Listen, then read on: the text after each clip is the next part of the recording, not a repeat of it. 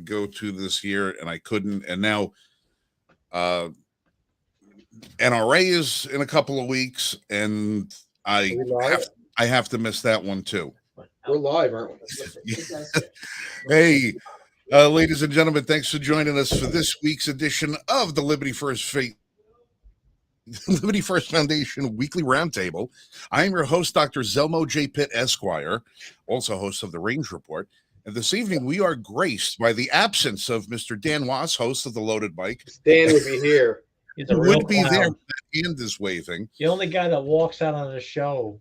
One second Anthony after it Tissot starts. and John Chiara are both here from the Loaded Mic. So we're happy to have them. And adding to the stream right now is the Dragon of the Southern Tier, Dr. Mike Vasquez. Yes, I'm calling everybody doctor today. I'll get to the reason why later. And joining us for the first time in weeks, Jeremy Primo Libertas. I bet.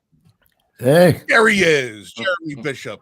Cool. One of the other See you again, co-founders Dan. of the Liberty Foundation. Hey, Michael, how are you? Good, just good. Recovering from my birthday, which Yeah. was yesterday. What'd you do? Drink Happy too much? birthday. A little bit. A little bit. My birthday starts at midnight. Yeah, Vass. Not enough. Vass You're still did upright. Vass did a 12-hour. What would you call it? Aside from a broadcast, I called it Call it my filibuster. birthday.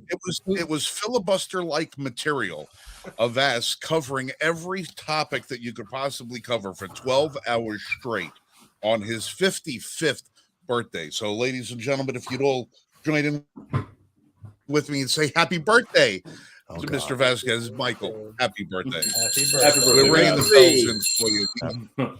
We got the disco lights going and everything. And Hey, joining Jan, us how's it tonight, going? and Jeremy Bishop is here. Jeremy, so good to have you back, my brother. How have you been? It's been crazy, but it's good to be back. Full disclosure, I've probably got about an hour tonight. That's, and you know what? An hour with you is better than 2 hours with other people. And I mean that by I appreciate Dan, that. Anthony, and Johnny here. So, we have to try and make sure we have to keep these guys on their worst behavior. That was the promise that we had this evening. So, for those of you guys who are with us that don't know about the Loaded Mic podcast, it's one of our favorite shows. These are three of our very good friends in the industry, John, Anthony, and Dan. Guys, say a big how do you do, and let people know about your show and what it exactly is that is loaded in your mic. Well, go ahead, Dan. Well, I mean, okay. So Loaded Mic is a web show. We're on a bunch of different networks. It's primarily a Second Amendment related show, but we get into topics of the day, all sorts of politics. It's a total with these two guys. It's a total blast because we have segments like Woke Patrol, where we actually troll wokesters. And we have another segment called the Knuckle Sandwich, where we give people a virtual knuckle sandwich. So we have a bunch of fun on it, but we also have very serious interviews like we did with you, Frank, you and Raul. But it's the Loaded Mic, and it's loadedmic.com. Just a fun show. We have a total blast with it. Well, as someone who's now appeared on your show, I can tell you we did have a really good time. The nature of the show that I was on, like you said, was kind of serious. The story that I told on your show is 51 years old, so it's only impactful on the tail end. The story that Raul told, which is the same story that he told here on our show, is impactful for today. And Raul, God bless him, we're talking a serious 100% bona fide American hero right there. Yeah. That guy is stud in every which way you can. And no matter how you slice it, him being alive and being able to do what he did was nothing short of miraculous. Yeah. I don't know if anybody's a person of faith, but that was surely an example of what happens when somebody has the will to live, the will to fight, and gets an order that says, get up. And he got the order, and thank God that he did. 20 some odd people. I don't know how he was able to do that. The guy got shot in the head, busted his jaw. It went in, busted his eye socket, his nose, and came out his right eye, bringing his eyeball with it. And he still got up and put 4 bullets in the killer. unbelievable. Unbelievable. Yeah, I mean, Incredible. hell, last July I fell into an open drainage thing and You've been shattered crying my about it since. back, and I'm still screwed up, and I couldn't imagine. I went through that and I screamed out loud. I can't imagine, what this guy went through. I mean, he said, well, Mel Brooks always said about it, he says, you want to know the difference between comedy and tragedy. A tragedy is, you sit there doing your letters, your bills and everything, and you wind up getting one of them nasty little paper cuts right between your fingers, and it's in a bad spot. It doesn't have a heel right. Your hands are always sweating. It's always stinging. This is this is tragic. This is tragic. Guy walking down the street falls into an open manhole cover and dies. That's comedy. Yeah, yeah, right, exactly. So, John, tell us about your comedy today. Who, me? Yeah. I twisted my ankle doing something stupid, and now I'm crippled. It's great. Story. Yeah. Story. Tomorrow's my birthday, and I'm crippled. No Oh, dancing, no nothing. I can eat He cake. fell with a full basket of clothes. Oh my God. Oh, it was a laundry It's a incident. long story. It's okay. My daughter was getting off the ski lift going snowboarding. Didn't crash snowboarding, just getting off the ski lift and broke her wrist. Oh god. Oh, Happens all the time. I thought I broke my ankle. Actually, I heard it snap, but I guess it was just Oof. tendon. Ooh. Nothing important. Well, I hope If you have a heard swift something snap, recovery. but it's not bone related. It may be ligament or tendon damage, which It happened to my I'm- shoulder a month and a half ago. It snapped. It's a ligament, Yeah. and a tendon, and I'm looking Yeah. forward to 2 weeks from now on April 28th. I have to go in and have the ligaments and tendon in my left ankle reattached to the bottom of my foot and have the now separated bone that's just floating around in there reattached. We're going to that'll put be- Humpty Dumpty back together again? That's like not even part of part of what needs to get worked on. That's just like a Nice. little bit of it. Guys, you don't have to try that hard to make me feel good about my age. Really. Well, look, Mike, you've got like the least amount of problems. As far as it goes. You're at the house, you walk the dog, you go back in, you sit in front of the camera. I mean, you this is like the only if you've ever seen Vass go out and actually cover a story someplace, dude shows up dressed to the nines. He's got the suit on, he's got the dark shirt, he's got the silk tie, he's got the houndstooth wool overcoat on, he's looking his best and everything. And he gets to wherever he's going and whatever opposition party is there that he's going to try and get an interview with. It's like, how do you survive a bear attack? By being the fastest runner? Well, Yep. that's how they look at it, because it's whoever runs away from him the slowest is who he catches. They all run. When they Well, show up. to Michael's credit, Yeah. I've done several shows. Michael and I have done a bunch of shows. I think we Oh, did yeah. probably Rory Sauter's show, maybe Mhm. a whole bunch of different people. And Michael is a wealth of knowledge. I mean, it's amazing the stuff he packs away in that brain. So Well, you should see me at the end of the 12 hour. At the end of 12 hours, it's kind of slow at that point. Yeah, But it was I cool. had to call into a show yesterday just to present him with a couple of different arguments on how we could overcome some of the insanity of the whole I was born this, think I'm that, now I'm going to ask you to call me the other thing, and whatever else in between. I came up with a pretty good idea on how we could start winning that battle. Oh yeah. And oh, good. Yeah, He's that's what we good. need to do. We need to come up with some things where we can start, capturing the narrative a little bit.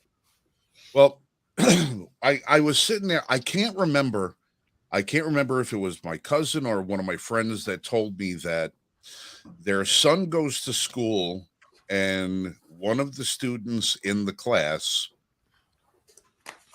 believes he's a cat. They're furry. Okay. No, not a furry. Not somebody who just shows up in a cat outfit. This is a kid who sits in the class and licks his hands, Oh, meows, and all the rest of this stuff, and goes through all the mannerisms that a cat goes through. I was And- the soul out of him. does he You take? Does he take tests well? I don't know if they even administer tests to this kid. I don't even know. I don't have any clue. Well, he's not going to do it Did right they- now. But I've heard this was one local to me right here in North Carolina, and I've heard of several other instances of this whole thing. And I said, I think I got a way to beat them. I think I might have figured out a way to beat them. If you have a kid that has that can't go near a Snickers bar because it's got peanuts in it, the school that kid goes to, they're like serve pro in the shit out of that place. Top to bottom, there's not going to be a peanut there. Every parent in the school will give a notice to the parents. You can't have send your kids with anything with peanuts in it because we have a student that's deathly allergic to it and could potentially die. And parents have filed suit about this particular thing and have used the Americans with Disabilities Act as a way of backing up and saying, I can't have my kid in a school with peanuts. And other people say, well, then take your kid out of the school. Well, the law also says that government has got they're legally required to teach a child. Yeah. So you have to send the kid to school, especially if you don't have the ability to homeschool or do private school. So that leaves the schools in the situation where they have to accommodate the medical condition of a particular student. Well, here we've got kids running around saying they're cats, dogs, they're fish, they're birds, they're reptiles, whatever. I need to find one parent who's got a kid who's allergic to any one of the animals that one of these kids. Oh yeah, gotta have a tool. And then send this kid to school and say, I cannot have my child in a school where you have the presence of an animal that my child is allergic to. Now, we put this, now think about this. Now we put government in a position where they have two choices. They either have to accommodate the child with the allergy by removing the allergen from the environment, but that's a different thing. Or they have to come out and admit, well, he's not really a cat. Right. He's not really a dog. He's just pretending that he is. Oh, so are we now going to say that somebody who identifies as something other than what they were born as at birth is pretending, and that we don't have to make special accommodations for that malady? Now, because we have law already on the books, especially with the Americans with Disabilities Act, with we have all different things as far as catering to people, and it's already been set. There's precedent already been set. Every kid goes to kindergarten. Half of these kindergarten classrooms all have a mascot in there. They have a bunny rabbit. They got a gerbil. Richard Gere, back up. They got hamsters. I was waiting for the Richard Gere joke. They got something. And you have parents that have said you have to get rid of this animal. And it even comes down to beyond being allergic. There are people with phobias that have a phobia of certain things. Sure. And phobias are all documented as medically valid. So the schools are either going to have to acknowledge the fact that we have two Jeremys.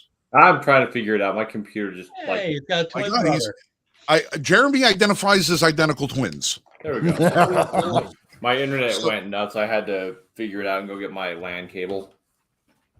But if we found a parent who's brave enough to come up and step up to the plate and say, my kid is allergic, you need to make accommodations. We put a school district, aka government, in a position where they have to defend their actions, but they have to do it legally, and they have to use it by what's already accepted doctrine or whatever the legal code requires.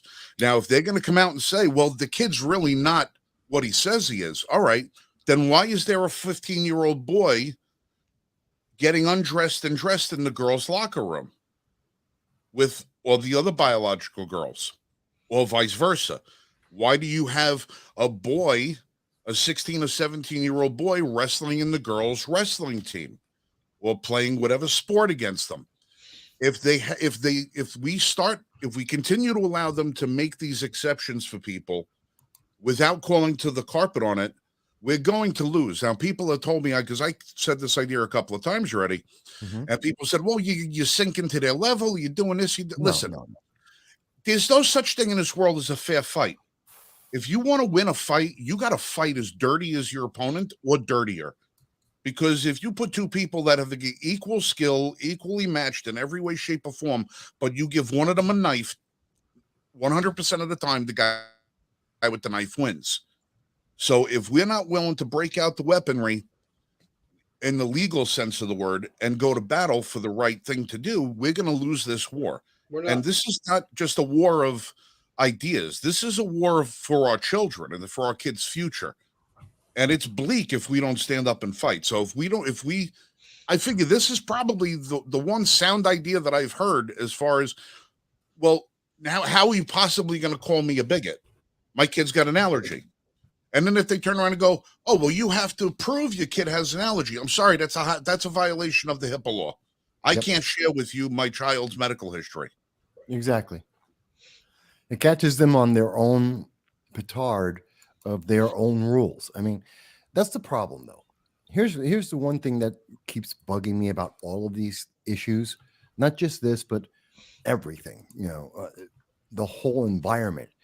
We're never allowed to play on the same rules and the same platform that our opponents do. They have a set of rules, and then they have a set of rules for us and everyone who opposes them. And they're two different sets of rules. So I like this idea, Frank, because we can finally go back at them on their own set of rules, because we really need to. And I know it's because we've been saying things over and over and over again. Like today in Florida. I know we all saw the news about what happened in Florida. And we saw that the 17-year-old, the 12-year-old, they got caught. Now, I don't know. Did anyone actually hear the quote from the sheriff and what he said at that event? About the security? No. It was, hang on, I'll bring this up for you guys. Frank, let me show this screen. There it is. You see that? I did hear it. I can't remember though. Okay, so it's in the screen. I'm not going to play the sound right now, otherwise we'll get an echo because I've got us on as well. Well, this one. Okay. Yeah, but this one, and this is covered by Forbes, so anyone who wants to look at it and go, oh, you guys are editing, this is Forbes itself. And in this quote, he says exactly the same thing that I've been saying. I know, Dan, you've said it as well. I think we've all said it at some point. Gun control doesn't work. The red flag laws don't work. This is a 17-year-old, 12-year-old. By every one of the laws they want to push out there and the ones that already exist, they don't have a right to have the guns they had. None of the laws that they had would actually stop this. Matter of fact, give me a second. Well, while you're doing that, New York just got, I'm not sure if people are aware of this. I just wrote an article about it in Ammo Land. The New York Supreme Court just smacked down the New York red flag law. Yeah, December 2022, I think it was December 17th, that they actually said it's unconstitutional. Right. But actually, Frank, I was just going to play it. Oh, I'm sorry. Play it. So let's listen to this. It's not long. Whoops. If you are loving, oh God, help me. He's cute. Play. The gun. Do we know how the suspect got a hold of the weapon? Can you hear it? Car Just burglary. quick quiet. Damn. Okay, it's my system. That's all right. But the sense is he calls them out. He's being asked by a reporter, and he literally calls them out directly to their face that everything that they've been saying, and this is something I've said for 17 years. Dan, you said it. I know, and at least one or two of the times we've been together, and many otherwise, it doesn't work.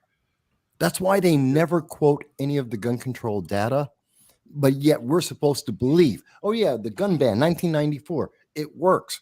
Really? Quote the numbers. Because when I go to Professor James Allen Fox out of Northeastern University, who did a study over 40 years, no, it didn't. I have a source. Oh, but they don't have one. See, it's the difference of the rules. That's why it pisses me off all the time. Well, here's the thing that pisses me off, Michael. I'm with you.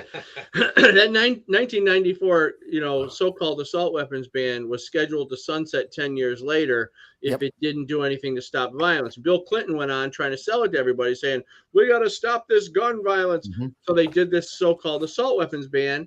Dianne Feinstein holds up the AR-15, and she goes, this is the problem. And then we hear the quotes like, Mr. and Mrs. America, turn them all in and all that nonsense. Well, 10 years later, the freaking thing sunsetted because it did nothing. It didn't change anything. No, it never had. But prior to that, which is one thing that I've been talking about a lot because of these school killings, is the 1990 Crime Control Act that Joe Biden introduced in 1990, which had in it the Gun-Free School Zones Act.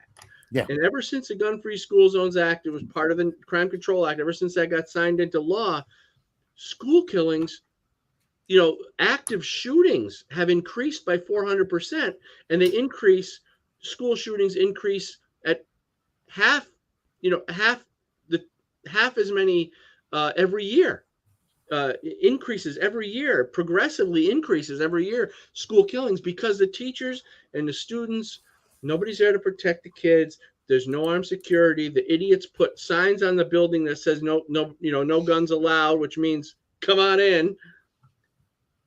It's so stupid. You'd think that they're smart enough to realize that the Gun-Free School Zones Act didn't work, assault weapons ban did nothing, but no, they keep this stuff in place because as those numbers go up, they have more justification for more gun control. John, No, they don't. We just got taught on Monday the Tennessee trans shooter, specifically just like the Buffalo shooter in New York, That's the wrote security. it out for us. We have written evidence that tells us exactly.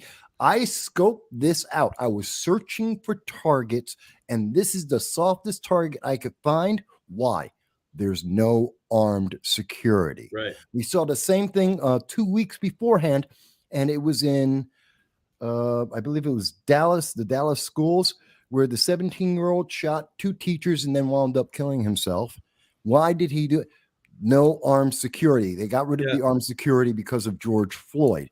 I can go back over multiple cases, and every single time, San Bernardino shooting. Why did that happen? Because it was a soft target, gun-free zone. No one was there to protect them. What about the shooting in California at the Renaissance Festival?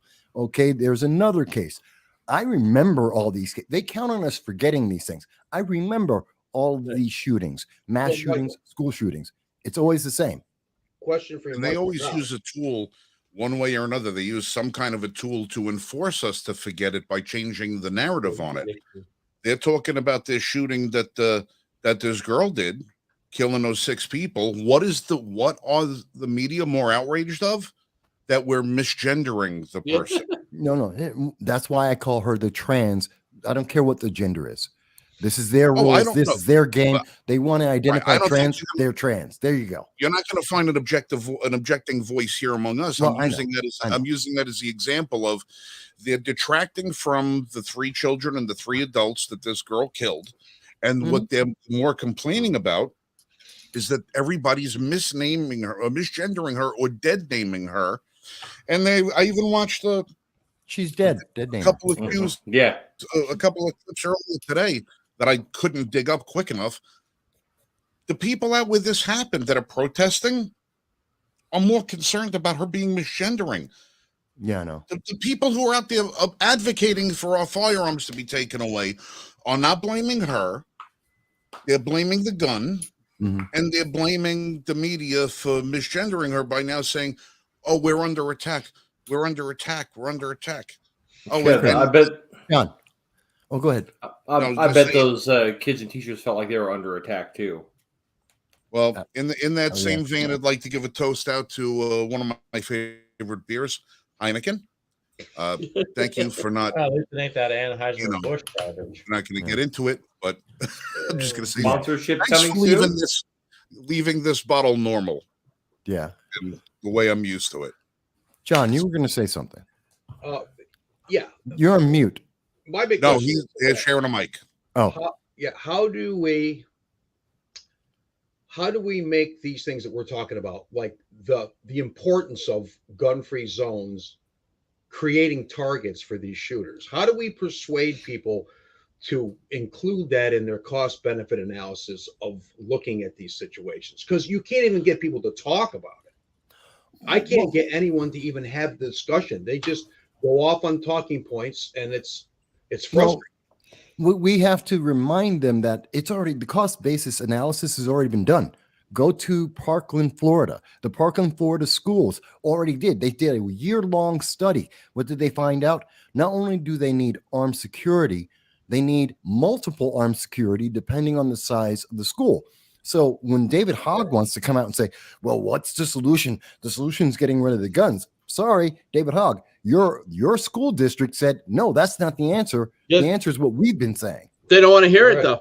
So do you guys know the history of Oh, one you of guys Dan's froze up. relatives as far as school shootings go? Do they know John's story? No, I don't think anybody really knows John's story. He Local was high school here, probably 10 years ago, armed shooter Nope. came in. and Columbia High. Columbia High in East Greenbush, New York, and his brother-in-law, right?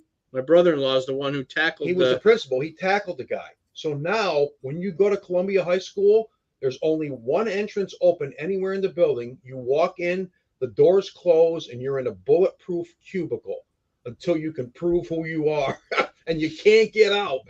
But not that complicated, right? Not that complicated. No. Well, The simple answers. Go ahead. Go ahead. So we've long been an advocate. I keep challenging parents. I don't know how many times I've said it. If you got kids in a school, if you can get to your kid's school when they got lunch or you were on lunch or something like that, or you got the day off, walk around your school and just check the doors. Absolutely. If you can walk into any door on that school and you can walk in more than 5 feet, your school has failed your children as far as safety are concerned. The number one thing that you do is lock the doors. And then if we look at what happened with this girl who shot these 6 people, they have full height glass doors in the school. When I went to school, all the doors were steel, and there was one little window in the door that was 6 inches wide, about 18 inches high, and it had chicken wire embedded in the glass. Yeah. So if you broke it, you still couldn't reach through it. If you shot through it, you still couldn't reach through it. There were so many things that were done before the era of the school shooting that we have eliminated because I don't know if it was aesthetic or if it was the goal. Well, here's the thing. I really believe that they don't want those precautions in place. And here's what Joe Biden just said recently in response to this latest the trans one. Mm-hmm. He said we got to do something about this, and we don't want to make the kids feel like they're in prison. So what they're trying to do with those talking points, like kids being in prison, is they're trying to debunk or demonize the Republican viewpoint. The Republican or conservative viewpoint is let's make them hard targets, Mm-hmm. but they don't seem to want that. And I know this might sound crazy, but I believe that they don't really mind having these shootings and these killings because, like I was saying before, it makes the numbers go up and it gives them justification to push for more gun restrictions. Now, it's not real justification, like Michael was pointing out, but they use those gun kills. Why do you think they don't do anything about Chicago? See, places like Chicago, Detroit, DC, Newark, and all these real dangerous cities, they don't do anything. And those numbers from those few cities raise the national number of gun-related deaths. And they get to use those numbers to push for more gun restrictions. So I truly believe, and I know it sounds crazy, but I truly believe that they don't want the crime to go down. They don't want the numbers to go down, because if they did, they wouldn't be able to pursue their dream of gun control. You guys go ahead. What do you think of that? Well, it's absolutely true that they have always. It's because they use fear. Fear is their motivator. If everyone's afraid, they're screaming, "Do something!" Right. And then they can do anything, which means the inequivalent exchange. Right. I'm going to let you feel like you can go to sleep at night, like something was done, and you're going to give me all of your rights. You're going to give me all your freedom, and you're going to get screwed because nothing will ever be done because they can always go back and go, see, you didn't give me enough of your freedoms. You didn't give me enough of your rights. Yeah. Give me more so that I can let you feel like something happened and you'll go to sleep. And by the way, anyone who disagrees, well, they're evil. They're 1930s Germans. They are just out to get your kids killed. Meanwhile, what are we getting? This, and you won't see this in most of the mainstream US media. You have to go overseas. This is from the Daily Mail in the United Kingdom. Transgender Colorado woman 19 had written down, and they found all the documentation, has been planning for 2 months to shoot up schools in Colorado, looking for yet another soft target to attack. And then was very much inspired by and following behind what we saw in Nashville. So this is an ever-present scenario.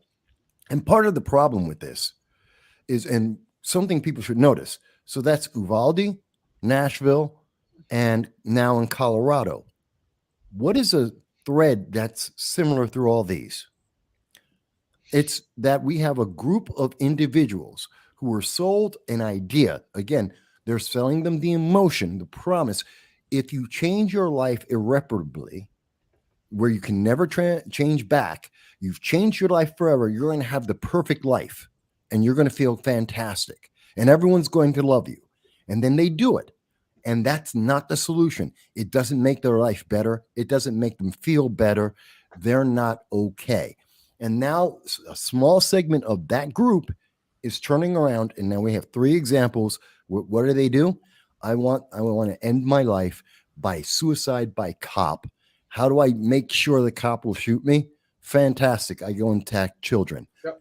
That's the problem that they have now. That's the scenario. That's the payoff we are getting for selling our rights for cheap, just for an emotion, to be able to go to sleep at night for 15 minutes a little bit sooner than we would have otherwise.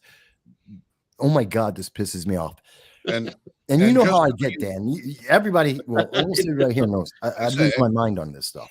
And just to reinforce what Dan's point is, that they enjoy these things happening, is why we don't ever have a single one of our recommendations ever taken seriously. You can't even bring up arming teachers or increasing security at the schools. Yeah, well, they've got an argument for that. You can't. You want to make teachers carry guns because they want you. They make people envision it's this little old lady and we're forcing her to carry a gun. It's not like that at all. It's like the people who would be inclined to carry, people who are maybe concealed carry holders and stuff like that. You don't need every teacher Right, carrying a gun. exactly. Well, we get them. No. We get the hogs of the world that they come out and they say, "Oh, well, look at Uvalde and look at Florida. Look at this. The good guy with the gun, he didn't show." No, government didn't show up to save those kids. Right. Government didn't show up. When you have guns in the hands of government, expect it to fail. If you have guns in the hands of civilians, it's going to win. And they go, well, why is it going to win? I said, well, have you ever heard of the fight or the flight mechanism? This is something we all have. Do you know how much courage and intestinal fortitude it takes for you to run to gunfire that's not being directed at you? Crazy. You have to overcome every fiber in your being that's telling you to go the opposite direction. So that's why police presence fails when they show up, because we're not wired to run to the gunshots, especially if they're not aimed at us. What we are wired to do is fight. Now, you have a better chance of somebody getting into the fight to defend their own lives than getting into the fight to defend somebody else's. Absolutely. So let them arm themselves, right? So give these people the opportunity, voluntary basis. Would you like the chance to be able to defend yourself? Do you want the chance to do it? You're making no, nobody's making anybody do anything. If people are willing to step up to the plate, let them step up to the plate. If they don't, they don't. And if you have a school where everybody's a pussy and doesn't want to defend themselves, well, that's where you got to put your armed guards and at least lock the fucking doors. Right. Fortify the target, right? First. Exactly. Guys, Dan, John, Anthony, you guys can confirm this for me. because I think I've said it before. I just want to confirm. In every mass shooting, in every school shooting, which are school shootings are just a subset of mass shootings. In every mass shooting that happens, what do we see every time? The first 1 to 3 minutes is the most deadly. 80% of everyone who will die dies within the first 1 to 3 minutes. And that's usually at the end of 3 minutes, usually either at that point the shooter has been confronted, or they've run out of bullets, or they've run out of targets. Almost always in every single one of these scenarios. Tennessee's a little different. It went about 10 minutes before they were confronted. Fine. There's always an exception. But again, this is the average 80% of the time that we see this number.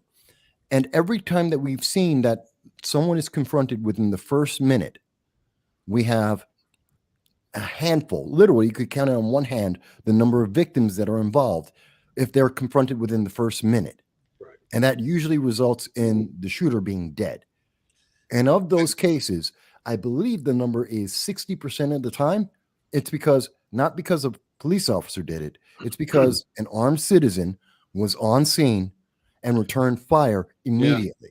And in most of those cases, the number of fatalities is so low that the media doesn't want to include it in what they consider a mass shooting. So it doesn't get registered as being that a mass shooting got stopped by a good person with a gun. It was just an offhand event that'll usually get parlayed into something else. Oh, it was a domestic violence incident. It was a road rage incident. It was something else. They'll play it off every way they can, except by giving credit to the idea that good people with guns prevent more crimes than the cops do. You know, I was just thinking about this, John, because you said something and it's playing in the back of my head. See, amongst all of us, we probably have, I'd say 75% more knowledge than the average person running around in America. I'm quoting stuff off the top of my head, and I know the facts. I know Dan's done books on it. He's studied on it. We've both spoken on it at various events. You guys do a podcast on it. We do it here as well. You know what we need? Because they're not, the mainstream media doesn't want to carry the story. We need a couple of actors. We need a couple, really, we just need actors and entertainers to do commercials saying exactly what we just said. Oh, you want to protect the kids? Put a police officer in. Parkland said so, not me. Oh, You want to save people's lives? 60% of all mass shootings that are stopped within the first minute are stopped by someone with a firearm. And that's how we protect people's lives. We need someone going out there, and that's what we need. We need to put together, some angel investor needs to put together a couple of commercials with a couple of entertainers so that they can't shut them down. Because they can't shut down if it was Matt Damon saying this. They're not shutting him off. Clint Eastwood. Clint Eastwood was a great voice. He really was. He was a great voice, but again, finding somebody to suit the bill that would have the certain amount of influential pull or gravitas is going to be hard pressed just by itself. And then trying to find somebody who's going to be able to do what James Woods did by going on Twitter and pretty much sacrificing his career for the betterment. It's going to be a self-sacrifice. Well, it's the same with Scott Adams. The same kind of thing is that he knew it was going to be. He's going to lose 80% of his income, but it was time to do it. The media is changing, and if I can make a difference, that's what we need. We need people that are willing to take a stand and make a difference, and it's going to be a sacrifice. It's tough. Well, the problem is a lot of them see it as a permanent sacrifice. What a lot of them don't realize is if we can get the trend moving in the correct way, you don't sacrifice anything. You're just postponing your gain, because eventually the circle will go around. You'll pick back up where you were and be right back where you started from, if not more powerful, if not richer, whatever the case will be. The reward will be there. Eventually. It's just there's so many of them not willing to do it. Now I look at a guy like Chris Pratt. Okay, Chris Pratt is a outspoken Christian. Yeah, he's I don't give a damn about his religious persuasion one way or the other. He could be a Pastafarian. I don't give a shit. Doesn't bother. I don't care. about that. But he's Rastafarian? a Second Amendment advocate. He's a relatively, conservative guy. He understands that. What's a Pastafazulian? Yeah, he I think wore, he I meant forgot, Rastafarian. he wore some sort of Second Amendment related shirt. Tried to go after him to get him fired from, to get Star-Lord replaced in the movies. Well, Sylvester Stallone just said that he's not hiring any wokesters on his movie. I ain't gonna deal with that woke. I ain't gonna be none of that woke Hey, shit. Adrian, don't be hiring anybody. Yo, Paulo. Hey, Paulo. So you get somebody like that, and you tell them, and you have a script. Maybe I'll even talk to the guys from Gun Owners of America, see if there's any funds for something like this. Do a TV commercial, but you say, look, it takes whatever 3 to 11 minutes or whatever the average time is, and how many people, like Michael was just saying, how many people get killed in the first 30 seconds or minute or whatever. I would rather, if I had a kid in that school, in that classroom, I would rather the teacher had a gun in his belt or a gun in her purse and took the killer out in 3 seconds rather than 3 minutes. I mean, it just makes logical sense. It always does. And Chicago, try getting a cop in Chicago, on the south side or the west side of Chicago, it takes 45 minutes. Well, think about it. Over there.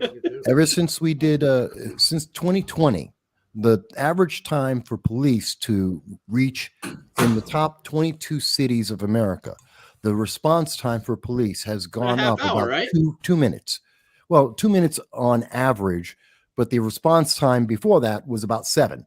So you're looking at about 9, which means real world. When you need them, you're looking at 11 to 15 minutes on the fast.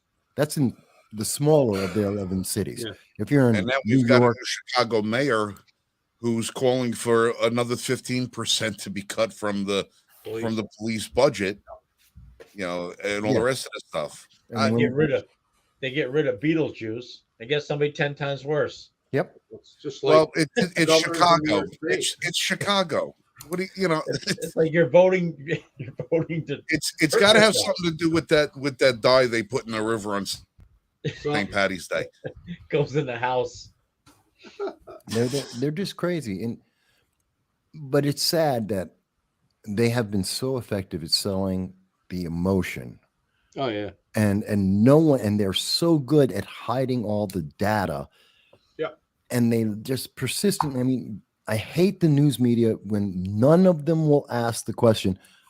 The one time I've ever seen anyone ask was just before the election. It was October of 2022. It was August of 2022. CBS News asked Kathy Hochul, governor of New York, asked her while she was running, and asked her, she was going to change. She was put in that new gun law to do what the Supreme Court said she couldn't do. Yep. And CBS asked her, is there any data that says that concealed carry holders are more dangerous or commit more crimes? They're asking for statistics, right? They asked for the statistics. Is there any numbers that say concealed carry holders are more dangerous, commit more crimes, or that it's increasing at all? Any kind of data? And her answer was the most honest answer I've ever seen from a politician about this. She said, and I can pull up the video if anyone ever doubts it. I'm talking to the audience out there. And what she said was, I don't need data. Right. Yeah, that's great, isn't it? Then you're just making this up. You're just making it up as you go. You're the worst politician ever. You have no justification for what you're doing. So why are you doing this? Because it makes you feel good. Well, screw you. It makes me feel bad, and it's hurting kids real world. It is endangering people real world, and that's not an answer. But it is an answer, and that's what's sad. I think because people that I talk to are so programmed that they've decided what sources are credible, and that's who they believe. So whatever they say, they believe it, and they never look any further than that. So like you say, when you ask somebody a question, at least if they're honest and say they don't know or don't need it, I'd rather hear that than people that argue around the point and bring up all different situations. And I'm like, yeah, but you're missing this huge chunk of information here, and you're ignoring it intentionally, it appears. That's what's really frustrating. It drives me nuts. It's like when I tell people, I've had this, I've been at speeches and talked to members of Congress in New York State, the red flag laws, which Dan knows I lose my crap on that. Red flag laws are so completely useless. Do you know that every state that has a red flag law, what they are also doing is they're taking children away from parents? Oh yeah, sure. Now, I know, Dan, you've heard me talk about this That's- before. I know everyone on the channel has. Did you guys in Loaded Mike, Anthony and John, did you guys know that they're taking kids away from families because of the red flag laws? Did Yep. we talk about that? Yeah, Oh, I'm pretty sure we talked about it. Well, it's all part of the whole overall narrative, right? Is we Well- decide what's right and we do what we think is right and screw you, basically. Well, that ties into two things. One, the Sorry, left guys. hates the nuclear family, and two, just like you were saying, when people say we've got to do something, it's never good. Never. So That's why I tell people who have guns, don't tell people what you have. Yeah, no.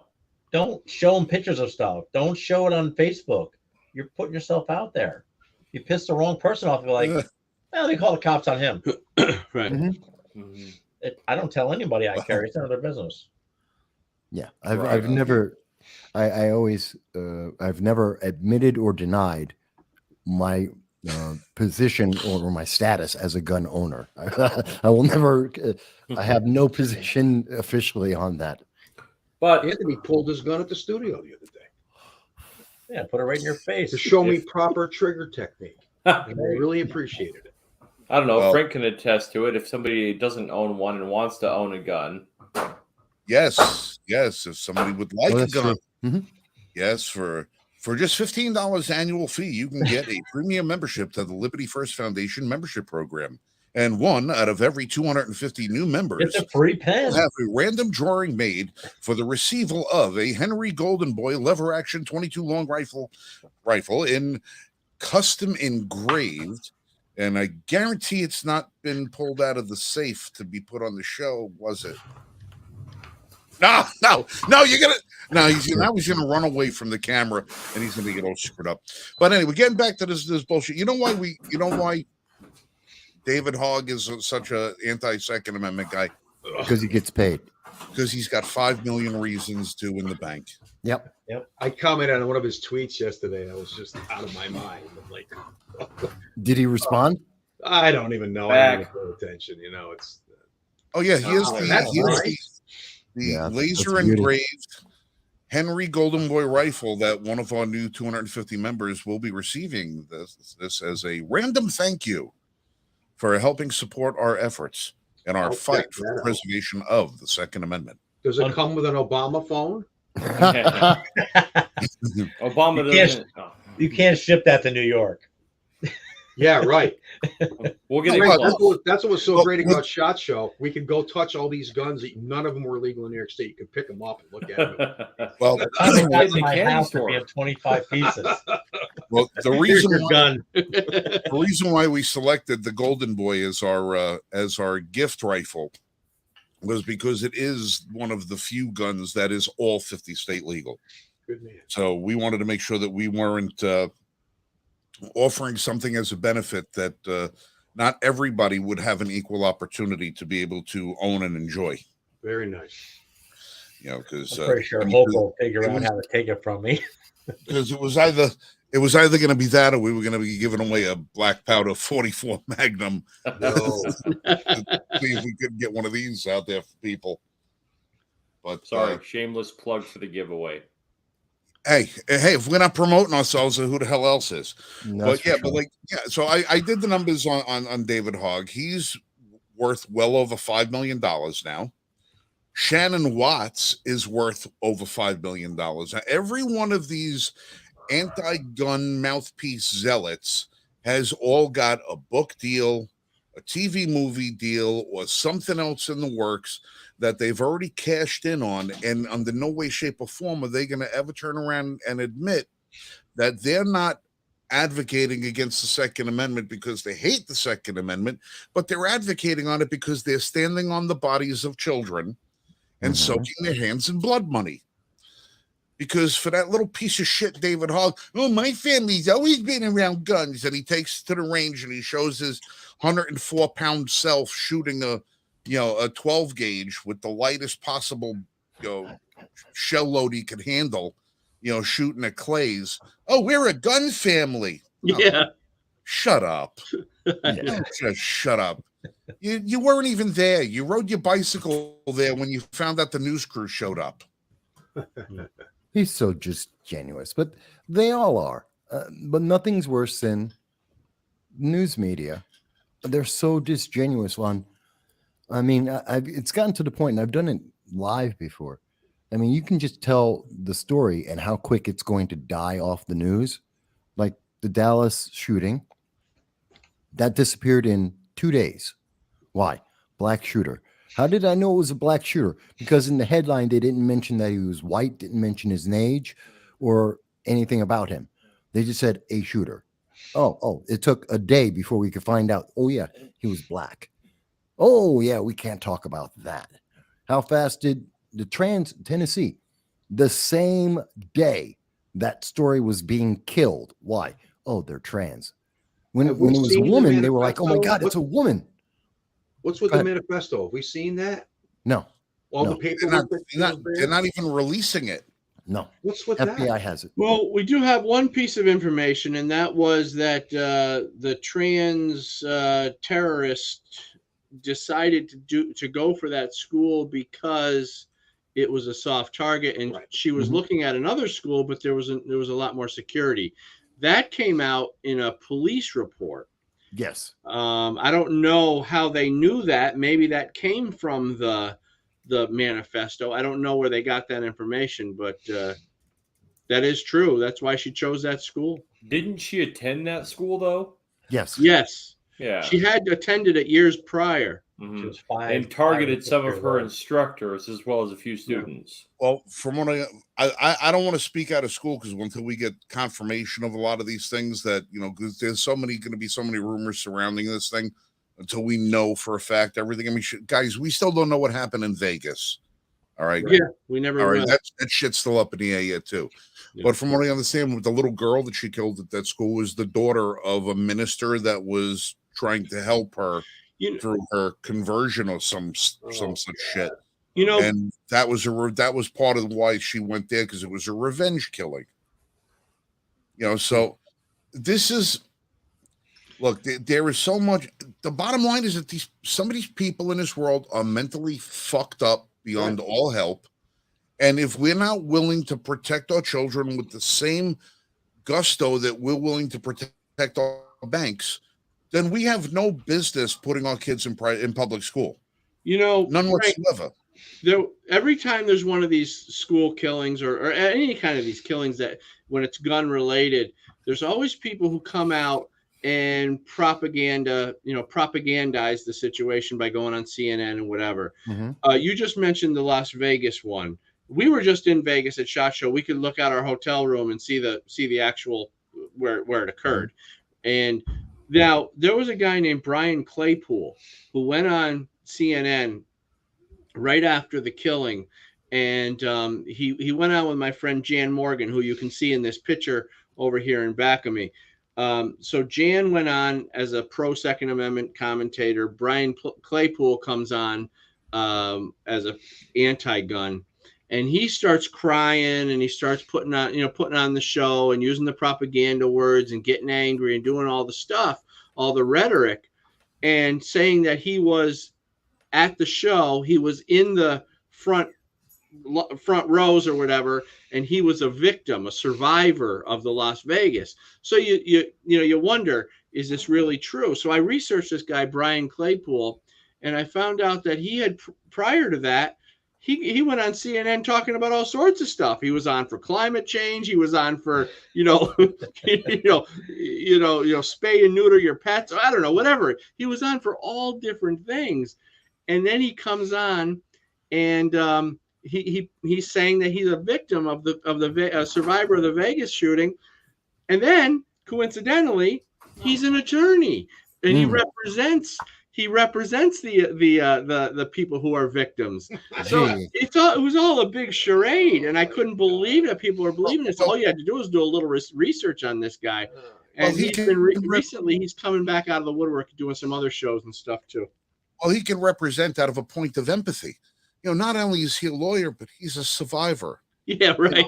He can represent on climate change because it's his air too. Well, I'd like to see one photo of this guy at the event. I would love to see it. You think that they would show. He wasn't, as far as I'm sure he wasn't there. I'm sure it was all a big hoax because, like I said, he came out and did other shows for CNN. He was a commentator on any topic they needed. So, I guess my point is that whenever there's one of these killings, there's always people in the wings waiting to come in and play the game. And the media has those wings fully packed. Oh, yeah. It's not that they even have to pick up the phone and call up and say, hey, I got a story to tell. The media's already got them sitting there waiting. Yeah. All right, here's your cue. Bring them on in. Right. And they always have the worst person. In almost every case, they have the worst person possible speaking on our side, the person who has no data. Yeah.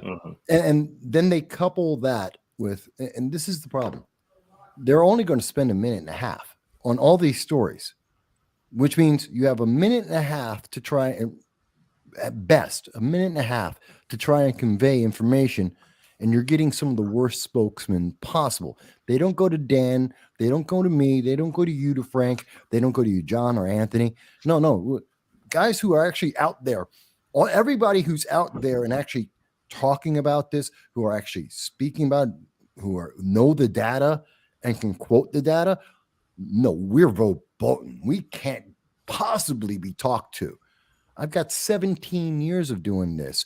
I know, Dan, you've been doing this for well over a decade. Frank's been involved for well over a decade. We all have. I've had a couple of shows. I did a radio show in Canada, and I did, I don't know what it was, an NBC affiliate radio show, and they tried to stump me, and they tried to, give me a hard time. Okay, here comes the gun nut. Let's try to block them up, and let's try to give them some gotcha questions. They had a horrible time with me, and they couldn't. They're hard to handle. They couldn't just because I knew what I was talking about, and they couldn't get what they wanted out of me. So they never called me back. No, that's the thing. If we can get on, it'll be once. Because then they'll go, oh, no, we can't do that again. No. That's why I just direct everybody I know on social media that has any kind of questions. I direct them to podcasts like you guys and different things, because you have to go look at a long form discussion about something if you're going to have any kind of understanding of what you're talking about. Like you say, the minute and a half is actually worse than nothing in a lot of situations, because like you said, Michael, if they have the wrong people out there and they're not articulate and prepared to get their point across and can handle some kind of backlash, it looks bad, Yeah. And they count on it. They count on that. Yeah. It's just sad. And that's why it's not, and the funny thing is, well, not funny. The odd thing is the number of mass shootings really hasn't increased. It's about the same as it has been for the last 45 years. It's just that more publicized. Yeah. Exactly, Jeremy. Now plus they're publicized. They all look like copycat things, and then people are saying, "Look at all these things that are happening." And I want to tell the news media, you're promoting this, you're putting it out there, and you're glamorizing the part. Not glamorizing, but you're covering the parts of it that you think are important, and you're not covering all the other data points that we're talking about. So people get the same biased view over and over and over again. Why would they believe anything else? It's perfect. Well, we also have the two different points of view with the media that comes out, where one says, don't give these mass shooters any coverage at all. Don't ever mention their name. Don't show their face. Don't do this. Don't whatever. I agree with that. Let it fade into oblivion. Then you have the other one that says, no, we need to put these people out there so that we can show for what they are, the evil or the mental issue that they have, because without knowing who they are and why they did what they did, we're not going to have a resolution to it. Well, my solution is don't ever say their name. Mm-hmm. Don't ever show them as they were in life.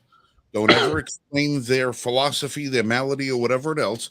Just, hey, there was a mass shooting today, and this was the result of what happened to the shooter, and then show their bodies strewn out, unfazed, not blocking out anything, and show them riddled with the bullets that go into see the them and Twister? blow them to pieces. Huh? The Twister picture?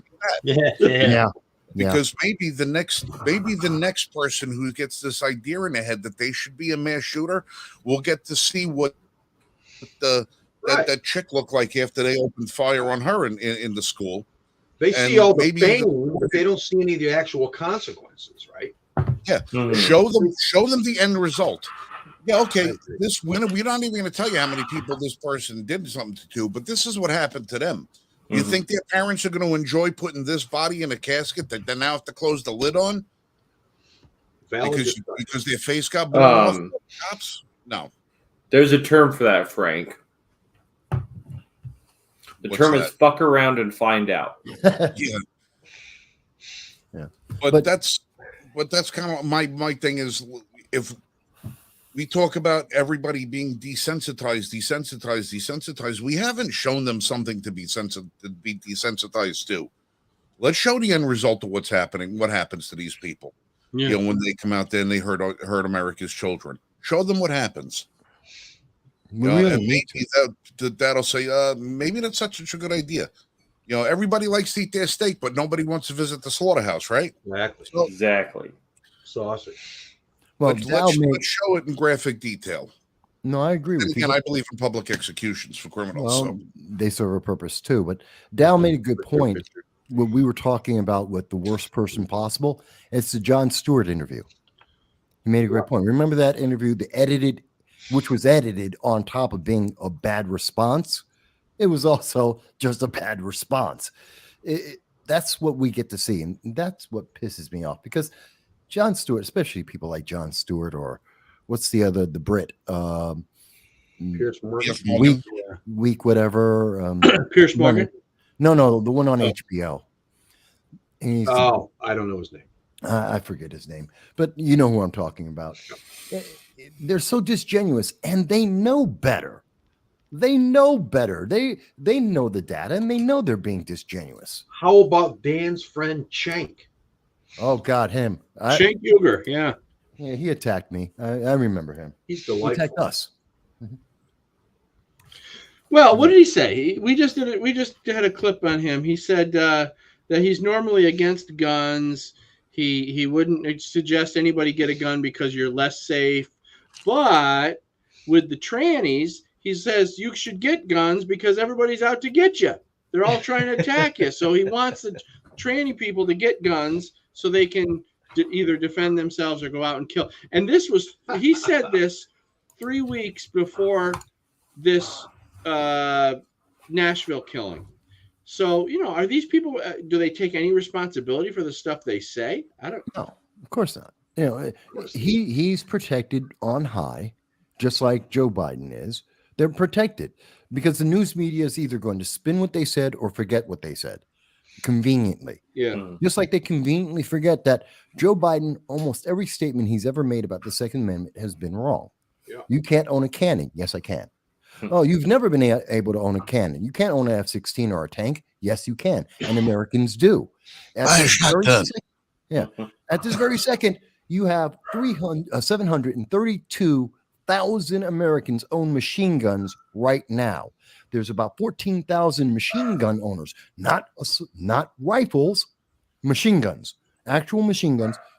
14,000 of them in New York State, 30,000 of them in New Jersey. We have similar numbers in every single state. The smallest state, I believe, is Rhode Island, that has, if I remember correctly, 5,000 machine guns. No one's using the machine guns. There are shooting anybody. Yeah, they're there's a couple expensive. dozen people who own tanks. There's over 10,000 rocket launchers and another 10 to 20,000 flamethrowers that are owned by American citizens. No one's using them. So they're wrong.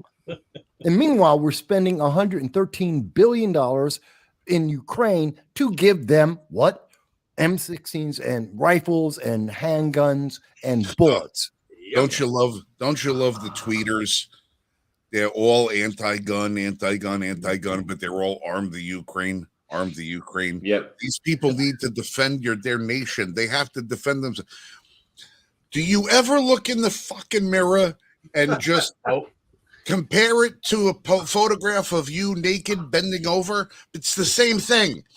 It's the same thing. I can't tell the difference. It's an asshole in both pictures. Well, they're admitting to the value of the Second Amendment because those people need to defend themselves against a tyrannical government or against war or whatever. Oh no, but then they say, oh no, but you can't because America has the military. We don't need the civilians to be armed. The Ukraine doesn't have a good military, so it needed the people. But America has a great military. They don't need the people to have the guns. We're wearing skirts now. Oh, for God's sake. They're wearing skirts. We All lowered right. the standards. We missed all the recruitment numbers, at least for the Army, by 15,000. And they're not on U.S. soil. Soldiers are not supposed to patrol our soil.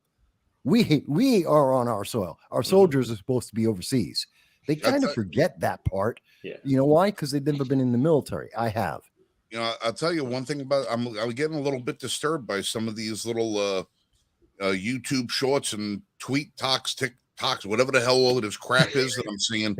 Where you have what is purportedly an active member of U.S. military branch, you know, getting on there saying, "Oh, it's the guns, and if we ever have to come again, you know, if we tell you to get in your house, you don't get in your house, you're the enemy."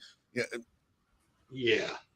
There's a woke contingent in our military that has been deliberately recruited and fast-tracked into positions of authority that we don't even know that it's going on, but it's going on, and it's going to be frightening.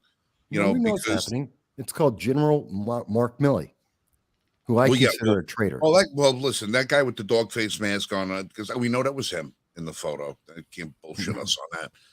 But you know, there's too much of this shit going on. And I'm concerned, you know, about what happens if and when the day that should ever happen to come.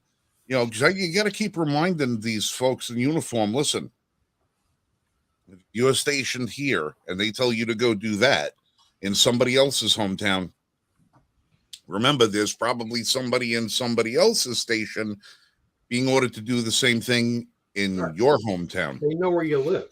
So while you're pointing a gun at mom and pop America, some other soldier somewhere else might be pointing the same gun that you have at your parents. Well, don't forget that long and hard about what you're going to do. The mayor of Salt Lake during COVID asked for the Utah National Guard to come out and make sure people stayed in their houses and weren't traveling. Yeah, we're New Zealand all of a sudden. So, anyways, gentlemen, I got to go. I got started on New Zealand. Fuck New Zealand. I got some stuff I got to attend to. It was great to be on. I'm sorry I couldn't stay the whole time. I will catch you all next week. Absolutely. Good. Love to the family and all the rest of that, my friend. Yeah, absolutely. Thanks. See ya. It's amazing, guys. You know, and I love having these conversations because when we have these conversations, it's amazing how often we can all point out and go, oh, here's an example, and here's what we're talking about, and here's the numbers. And when regular people are talking, when we listen to the news media talk, they do none of that. It's so nice to hear people go, well, yeah, and here's another example. You know, and it's like, yeah, I knew I was right. But if you listen to the talking heads, you listen to the CNBCs and CNNs out there, you'd think that all 165 million gun owners are running around, either they're Rambo or they're part of the Bloods and the Crips. Yeah. If you're listening to them, that's what you would think. Hey, Pete. Hey-o. Guys, this is my brother Petey right down here. All right. Now that we've already broken the F-bomb thing for the evening, I'm just going to tell you, if you ask what the initials stand for, that means I'm the motherfucker that gets shit done.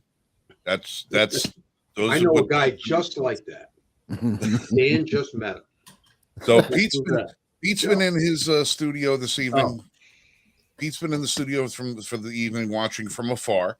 wanted to wait till we had some extra slot that we had open, and we haven't had Jeremy in a while. He's been working his ass off, and He has a lot better things Jeremy. to say than I do anyway, so let him in. But Pete's one of the few that's in my age group that still has school age kids that is often have a perspective, because I mean everybody knows I don't have any kids. All right, so when I talk about people's kids and people say, oh well, why do you care about kids so much? You don't even have kids. I don't care about my kids. I care about your kids. You should be caring about your kids too. Pete's one of the guys. He's got a couple of girls that are in school right now, dealing with a lot of this stuff. Pete, are the schools where your kids go to, are they hardened targets? Actually, they are. I believe it was. I wasn't sure if it was Ant or John that said earlier with the glass box, the bulletproof box. We got those here. Cool. There is no way. I mean, they even know me, and it's like, show me your ID. Well, all right, there you go. Before I can get anywhere. Now it was funny about. Oh, this is going back quite a while, maybe about 10 years ago now. Like I said, I don't have any of my own kids, but Lori has a daughter that's my kid, and we all went to an event at the school in our neighborhood in Afton, New York. Now, in Afton, New York, the school is usually pretty hardened up. It's got 2-row double doors and everything else like that, and you can't get in there. You got to ring a doorbell. They run a camera, the whole spiel. But we went there one night, and this is on the onset of winter, so it's starting to get a little cold. I'm wearing a long black overcoat and stuff like that. We went there one night for a basketball game, and there's got to be a couple of hundred people in there, and all the doors are wide open.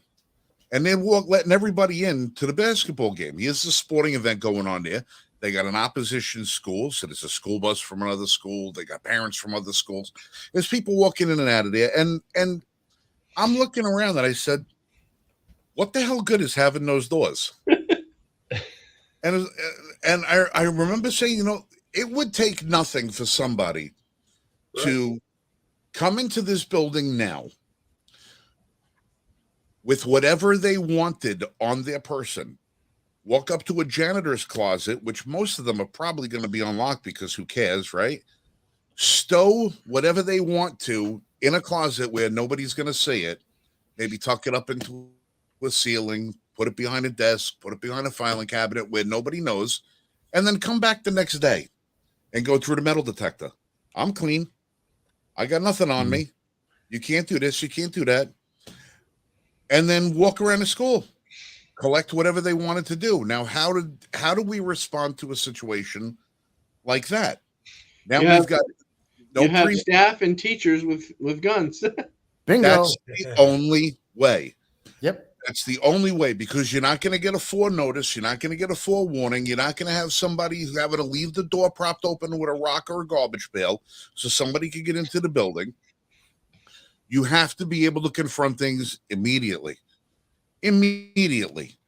as quick as possible. And the best person to confront the threat is the person who's most likely to be victimized by it. And the fact that, these schools know nothing at all about security. I forget which one it was Parkland maybe, or one of them. And there was a story of the teachers. Some of the teachers, the kindergartners, I think it was Parkland. The teachers were literally shielding the kids with their own bodies because they cared so much about protecting those kids, and they had no other means except to use their body as a shield, and they end up dead as a result. But that just shows you that these people are desperate. These teachers are desperate to save these kids. And I'm sure that if they were allowed to carry guns, that they would. I mean, even if they're not trained, maybe some of them would choose to get trained to do that. Because I know if I was, and I would want to, I always have my gun on me anyway, but just the idea that they would protect the children with their own lives, knowing that they're going to die, tells me that they would probably have preferred to have a gun. Well, And that's happened. I remember hearing people say, "Oh, you're going to have them go through the burden of having to get trained, get licensed, and buy a gun." I'm like, wait a minute. Teachers are throwing their bodies over their kids to protect them. You don't think that that's more strenuous Right. than going Well, to think an of it- NRA class and Well, going think of it the target other way. shooting?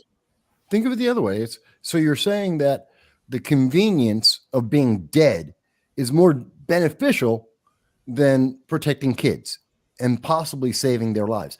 And it's happened in Uvalde, Columbine. It's happened in Boulder.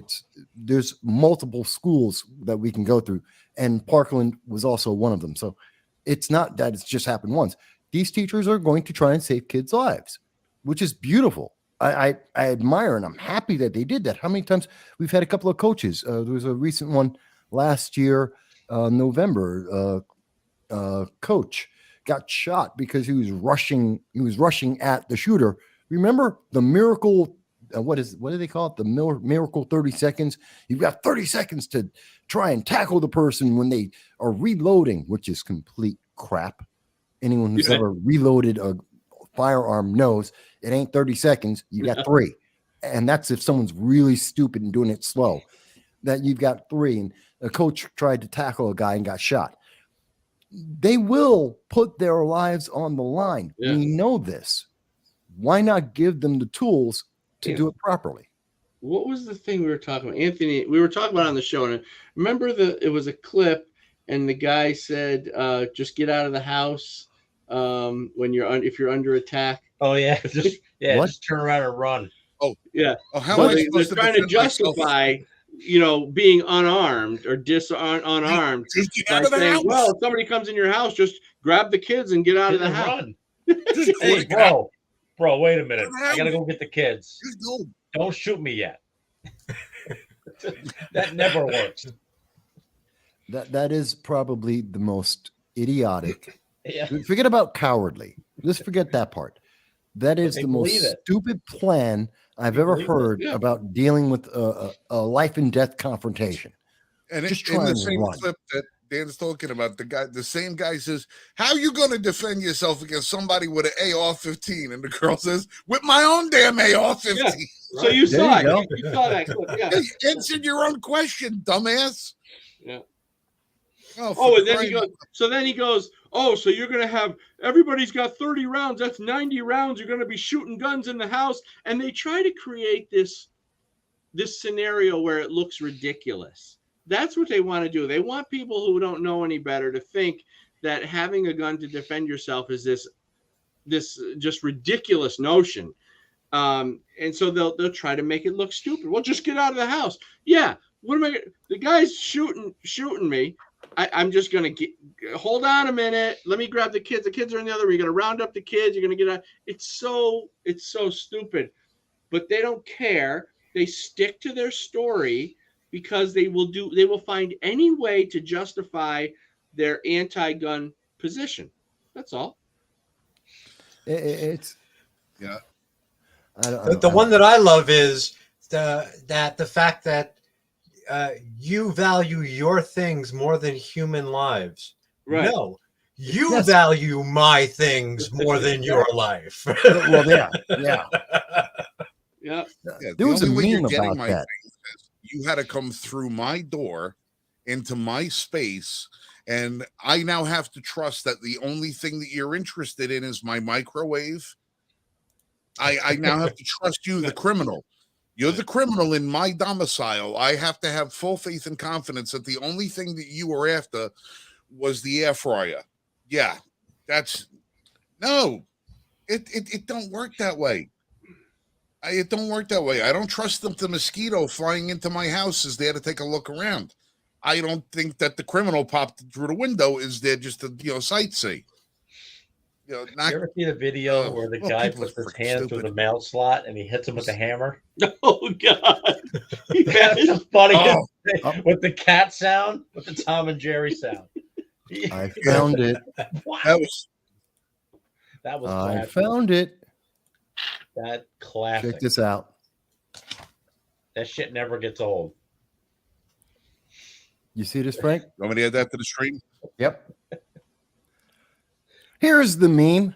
If you kill somebody breaking into your house, it's because you value your things more than someone else. Me. So anyway, I started blasting. Yeah. Danny DeVito. I like that meme. That's a good one. Yeah, hell yeah, I like my stuff more. I work for it. It's my stuff. Uh-oh. He's What going was to that get guy? something. Yeah. He's going to get something. What's he doing? Are you making us tea, Frank? There's going to be barrels on the screen in 2 seconds.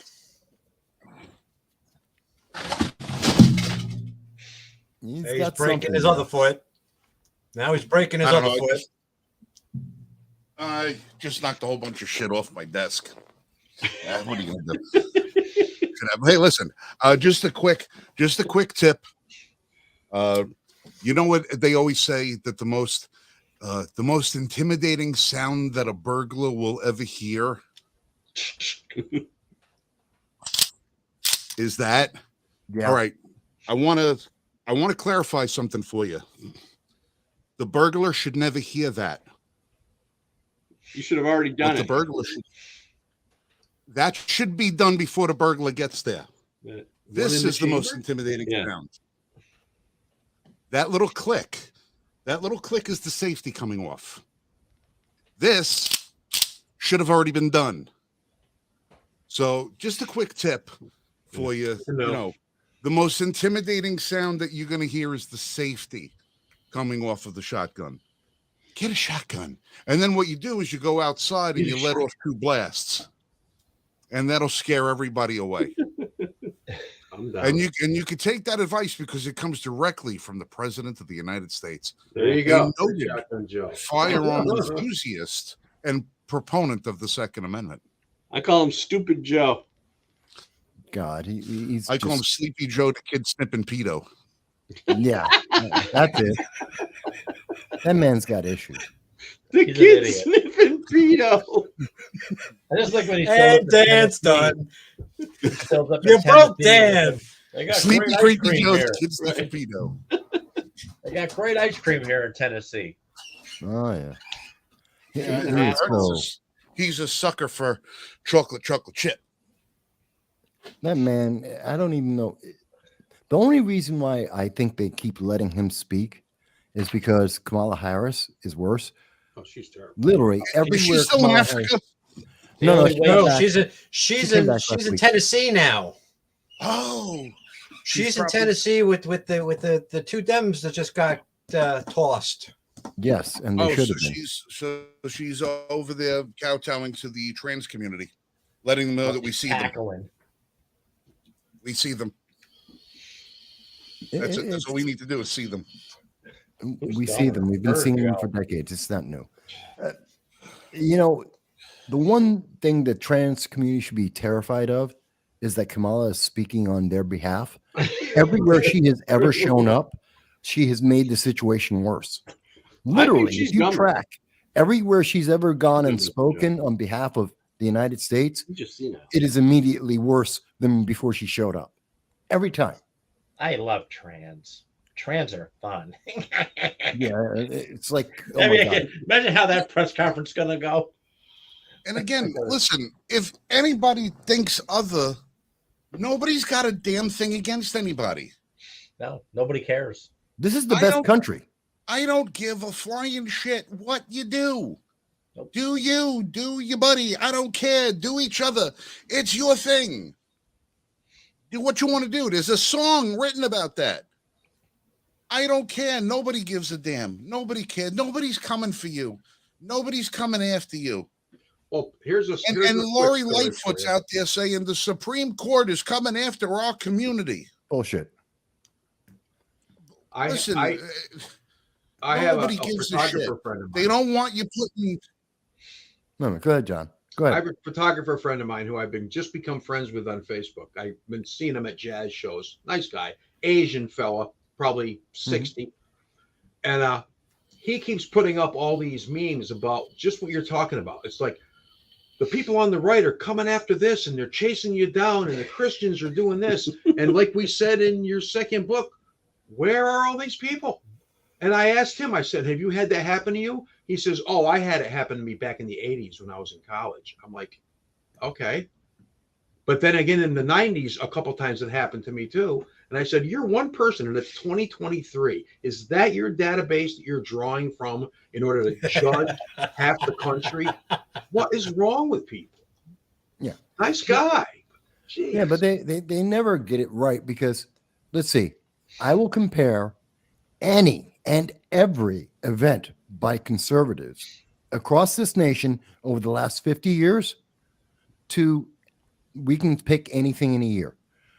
And I guarantee you, I will compare them, all of them compared to Atlanta, looking at the Defenders of the Atlanta Forest, which is an offshoot of Antifa and BLM.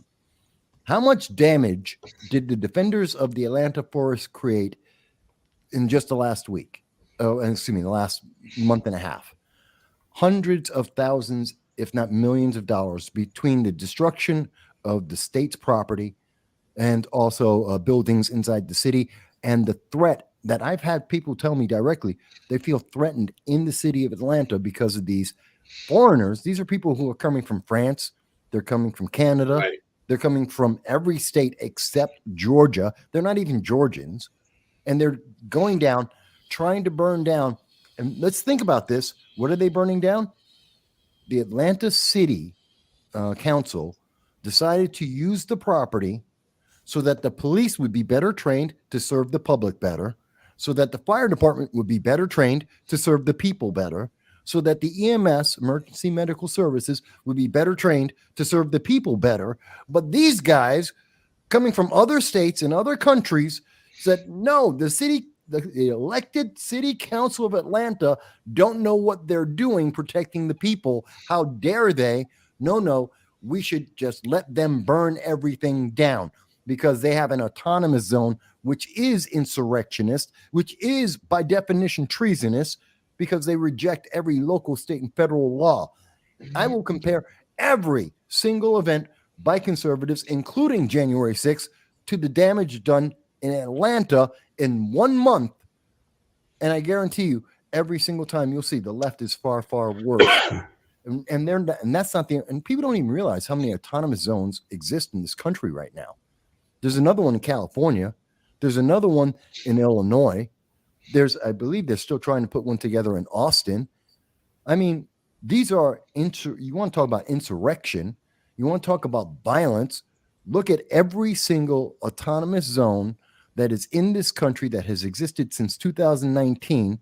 Actually, you can go back into 2017, but just picking them since 2019, every single one of them has done more damage than January 6th by multiples. They still got that the Wall Street encampment up by the traffic circle in Johnson City. The Occupy movement. Yeah, the occupiers. No, they gave up after the winter. When the winter hit, they went home. Oh, that's right. They didn't. They Can't didn't handle like the cold. No, They they don't don't like Northeast cold. I mean, who doesn't love winter in Binghamton? A pleasant fucking weather effect. you know? Yeah. I'm curious about the comment we have. Oh, with Jan? Well, that's all right. This is Jan Rains. Jan's one of our long-time friends here. She's been on the show with us a bunch of times. Mm-hmm. As Jan says, she's our resident homo. Not my words. I thought you couldn't say that. That's just I'm just quoting. I'm quoting. But Jan is exactly right when it comes to a lot of this stuff. My like everybody knows my sister is gay, okay? And I've had the argument.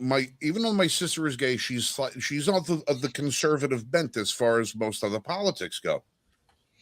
And we've had the discussion about what the gay movement went through in the 60s and 70s. Because in the 50s, let's face it, no one was talking about it. Nobody was ever going to talk about it because you had, it was a complete taboo that you would never even see or hear about. But when the 60s and 70s came out and you started having the people in the gay movement starting to say, hey, listen, we're over here and we really don't like getting the shit kicked out of us all the time. Can you please stop? It was a minimal movement. It started, and eventually, after 50 years, got equality on most levels. Everything got equality. I think the big thing was the whole gay marriage thing. That was the last real signal that said, okay, equality is here. What's happened with all of these other movements is that they've all coattailed the work that everybody else has done, and then use that work to exploit their own benefit. And it radicalized everything. Well, BLM has exploited the civil rights movement to well beyond what the civil rights movement was about. Martin Luther King Jr. would never recognize what BLM looks like. The equal rights for gay and lesbians that civil rights movement would never even recognize what they've turned it into with all of the rest of these 64,000 other genders and wanting this, that, and everything else. Why are furries, these people that have a certain affinity for dressing up in crotchless animal coverings? Why you said you wouldn't tell. Okay. That's just your faces, furry. But there are so many different groups that are so far beyond the fringe of what these groups started off with that have said, you know what? All these groups have made tremendous strides, and they're already where we want to be. So let's just jump on their wagon and take all the credit for all the work that they did, because we never had any skin in the game up until this point. And now they come in and they say, we want to be on the same exact equal footing as everybody else is because they did the work. But they didn't do anything. No. I think there's something else about that. Here's a theory I have about it. The fact is, all the movements in America, they've all won. They won back in the 1980s, 1990s. America made the transition, whether it's about black or gay or name your group. We pretty much made this transition to acceptance and tolerance back by the mid 90s at the latest. And we saw that in movies. We saw that in entertainment. We saw that in books. We saw that on TV and news conferences. We saw that especially in education. We made that transition and no one cared. No one cared. We had the Jeffersons, we had the Good Times, we had the Huxtables, we had the Fresh Prince, and they talked about all of these things. We had TV shows and soap in the 1970s, had Billy Crystal being gay as hell. We had this, and we made the acceptance. And then they realized something very important. By about the mid 2000s, 2005, 2006, they suddenly realized we don't have any money. They ran out of money because they had nothing to fight for, because they were accepted and everyone didn't care. So they didn't have an argument anymore. Malcolm X, the movie came out, won awards, was up for Best Actor, Best Picture, made tons of money, made Spike Lee go to the next level on his abilities. Everyone was lauding everything that he put out there. We broke through. Everyone broke through. All the groups that you can name, women, everybody had broken through, and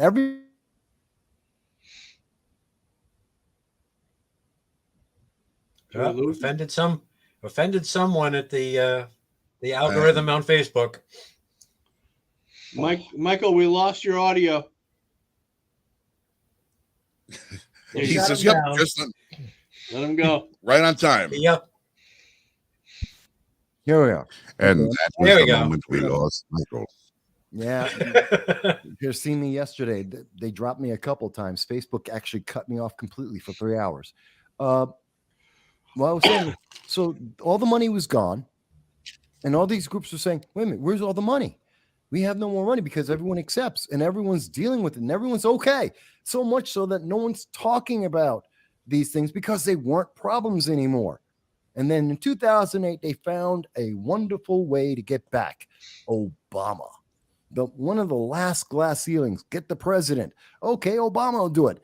And what did he promise? I'm going to transform America. That's actually a partial sentence. Anyone who studies English should know this. That's not a sentence. That's a partial sentence. He forgot to end the sentence with to what? Transform America to In what? just 5 days, was the beginning of the fundamental transformation of America. That's right. And he always stopped at transform America to what? What are we transforming and what are we transforming into? Well, we found out under Obama. It's What? got to be something in the family because his wife has a book called Becoming Michelle Obama. Well, Michael. hey, there's a whole thing about that. Oh, what did she Michael. start as? Well, Mike. That's Mike. Magic yeah, Mike. that's I'm the just rumor. saying. That's right. That's the rumor. But and then what did Just we get? saying. We got and under Obama, we got the beer summit, we got BLM, we started getting all the transition. And if you look back, and I have, and we start looking at the trans movement, it started gaining attention in the schools and colleges about 2016 at the end of the run of Obama. That's when they started making the push on the trans movement. That's when you started seeing all the articles coming about and all the literature that's been cited is going back to about 2016. That's the transformation of America. And now they brought it back and said, it's equity. It's not about equality anymore. Martin Luther King, they literally, critical race theory tells you under Professor Darrell Brooks says that Martin Luther King was wrong. He shouldn't have been looking for equality. He should be looking for equity. And what is equity? It is the priority of various categories of people. Everyone is a category. And those categories have a ranking that is artificially and arbitrarily put together by some group that you never hear about. And it changes randomly whenever they want it to, so that they can always have another group, whether it's the furries or it's LGBTQ or black or white or whatever you want to call it. And they just switch it all around on a regular basis so that there's always a conflict and you always need to donate. And anyone who says and points this out and goes, hey, but we had this fixed. You are evil. See, you're the example of evil. Don't worry about the circular logic. Just give us money. Keep us in power. That's it. Protected class. Yeah, Yeah, well, and it's also the it's outcome rather than opportunity, right? Is that what Yes. Jordan That's Peterson their said? saying. That doesn't make any sense. You can never have it that way. But the left has got it going on because they already have the system in place where they have at least half the country just tell me what to think and we'll go. And they feel that people love feeling that they're right, and it's a simple, lazy way. I mean, I get accused all the time. Well, you're lazy. You don't do your research.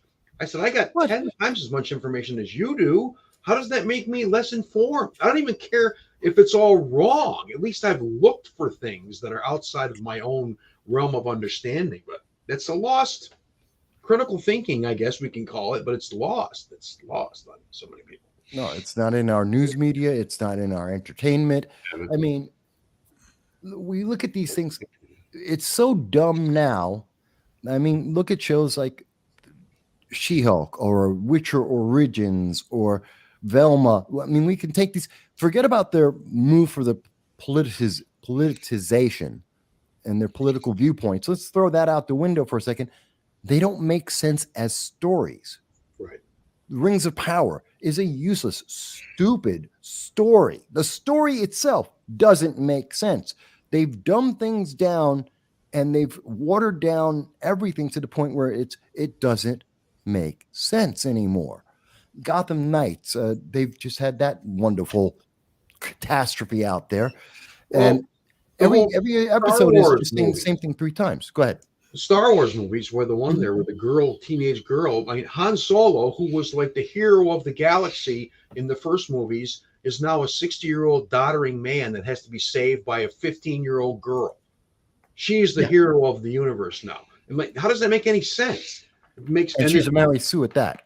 And well, plus that movie. I mean, I'm not even sure what movie that was, but then there was all kinds of different people in different situations where it's like they're there just to appear so that somebody can be satisfied that they've been represented or something. It's a whole weird way of entertainment. It doesn't make any sense anymore.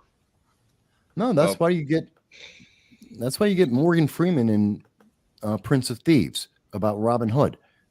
Oh yeah, because Moors. We've got to have all the Robin Hood movies now. You have to have a black actor in there. Why? Do you know how black England was back in the Look at 1800s? When look at Kevin TV Costner commercials. when Kevin Costner says in that movie, "I'll show you what English courage looks like," and he says it in his Iowa fucking accent. I'm sorry, you And look at kind of look blew at the whole. look at TV commercials. Are white Oh, they're people horrible. even allowed in TV commercials anymore?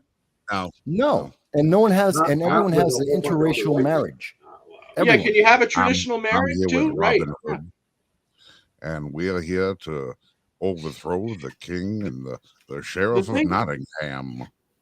The thing I don't understand is that they're really trying to do a lot on TV commercials with mixed marriages and gay relationships and stuff, and it's like, well, it's fine, but it's really probably not your target market.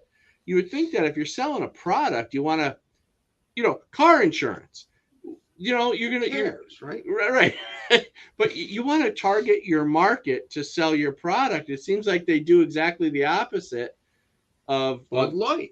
Bud Light. Look at that. There's a perfect example where Right. we're taking a tranny and you're using a tranny to promote beer, which is something that Oh, Dylan Mulvaney. You're talking Yeah. about Dylan Mulvaney. yeah And what's the result of that? They have a boycott. Bars are Yeah. kicking out. They're all throwing kinds away of- their cans. Couple country stars Well, for sure. That might be a so- place to look for people that could be advocates. Some of these country stars were turning on that and saying we're not gonna advertise. We're not gonna be endorsed by Anheuser-Busch anymore. Well, listen, you gotta if you gotta see think a- about NASCAR rednecks drink Anheuser-Busch. right. listen, So no, who's you in can't charge look of at that NASCAR. company and thought, Listen, I'm gonna get a guy. NASCAR. I'm gonna get a guy that NASCAR dresses up as is a woman dead market for as my conservative. spokesperson. I say NASCAR is a dead market for traditional ideas. It's No, a dead guys. market for You know what? Love your NASCAR as long as you can. You forgot something. Climate change. It's not The a NASCARs, all the cars are going to go away and they're going to have to be electric. Yep, So you're if here. you want to see a car go 230, not going to happen. Do you guys watch Scotty Kilmer videos on YouTube? Who? Scotty Kilmer. No, I don't know him. Rings a bell. Assignment for the day. He's like a 69-year-old mechanic, and he doesn't give a crap about anything. He calls it like it is. Doesn't Oh, take yeah. any money from anybody. Just looks at cars, examines them, talks about. Oh yeah. And he's Have you hilarious. seen him? Have you seen him? Yes. Oh, he's hysterical. He's Yeah. hysterical. He's nuts. He's all sketchy and oh my god. Get the Yeah, I biggest know. battery you can. If your headlights aren't working, it's because they're fucking blown out. That's why your headlights don't work. Don't listen that you got to put blinker fluid in the car. Your headlights is fucked up. Your headlights is fucked up. Okay, I missed something there. I got to check him out. Oh, he's Oh, amazing. Don't ever He's a buy riot. a Makes my Ford. day every day. Scott But Adams in the seriously. morning, Scotty Kilmer at night makes my day every day. But seriously, guys, watch out. They're coming. Climate change is coming for NASCAR. I've said this they're coming for 5 years ago. They're going to get Look, rid of they're it. not coming for NASCAR. NASCAR is going to voluntarily acquiesce the same way they did to the anti-Second Amendment group. They're not allowed to advertise any firearm companies, any firearm-related products. They're not even allowed. They're even getting to the point where stores like Gander Outdoors and whoever the hell the rest of these these big outdoor shops that sell guns, they're not even going to let them advertise on the cars anymore. I wrote emails to every team and I said, listen, please ask if you guys can change the number of your cars. Change them to 177, 22, 25, 380, 3844, Yeah. 45. Try incorporate the numbers some way because they all had a silent protest. We got a guy here in North Carolina a couple of years ago. Guy owns a whole NASCAR team. He's a big shot in NASCAR. I'm not going to say his name, but he had a home burglary got into a gunfight with somebody who broke into his house. Whoa. He's well within his rights. He defended his home, defended his house, defended his wife. It was just him and his wife home alone. The guy takes off, he runs. NASCAR condemned him For defending his life. letter of condemnation for shooting at the guy who was breaking into his house. Even though the guy breaking into his house had a gun and was shooting at him, he wasn't allowed to do that. NASCAR needs to turn into a figure eight with a fire in the middle, and that's how they need to race, because that's the only way you can get me to watch one of their friggin' races. Look at it. Look at this idiot. Oh, please, yeah, and that Who's Sheeby. that? Look at him. That's Dylan Oh, that's Mulvaney. the Dylan Mulvaney. That's Okay. not only your new. That's not only your new person for. That's What not only a your new moron. They also got a Nike deal. Yeah, that was the new one. You know, yeah, I know, but They you made know a what that support reminds me? prop for him. He doesn't even have any boobs. You know what I think of? Weirdo. What's that called? The Oh. Flatchester? Oh God, who knows? But it makes me think of Kill Bill 2. And remember when David Carradine was saying, he was talking about Clark Kent, the difference between Clark Kent and Superman, and that Superman as an alien, his disguise is Clark Kent. This is how he sees people. This is what he thought of what it is to be a human being. Now, think about that. Dylan Mulvaney and all these people who are supporting him, that's their image of what a woman is. They're sick. If that's what they think a woman is, they're sick. He's better. Oh, God. He's better. All of these ones that have gone through this and they've taken the pills, they gotten the slice and dice, they gone through the Ginsu process and the stuffing. They're better. Their parts are better because they're not defective. They don't have them. Oh, they don't have a monthly cycle that renders them useless. You know, so Oh my God. for a week, they're superior. They're superior because that's the new thing. It's not. They've improved upon what God created. They improved upon it, and now it's better. And if you don't want to, shag onto them, you have the problem. That's another thing. I saw this panel debate or something, and they said, well, who would you rather ask this guy? Who would you rather have sex with, a really old woman or a hot tranny? And the guy goes, oh, definitely the really old woman, because then otherwise I'd be gay. And they got all mad at him, like you know, oh, you can't say that. You're supposed to be attracted to guys dressing up like girls. You're supposed to, because they want you so badly to believe that they're actually women that they need you to believe it. Right. No, I'm fucking the old bitch. Sorry. I'm fucking the old. Dusting off the cobwebs and banging the old bitch. Crowder's been banging on this stuff lately. It's really funny. I don't care how hot that tranny is. Not happening. It's just not right. It's not. Hey, I'm just gonna call him Build-A-Bear. Well, I don't get it. You don't get it. We shouldn't have to get it. Why do I have? We don't have to. It just exists. Let it be. I don't care. Okay. Exactly. Why is it front page news? How many people are involved here? 20,000 people in the whole country? Maybe. I don't even know. I don't have any numbers, but I know it's not a majority. It's a small number. 0.5 before the last 3 years where it had an explosion, it was 0.5% of the population in the United States. Okay, And that was and one now, of the largest I think- populations in the world. I think, like, is it your sister who's gay, Frank? Yeah. Well, I know people in the gay community that they don't want anybody doing any of this stuff.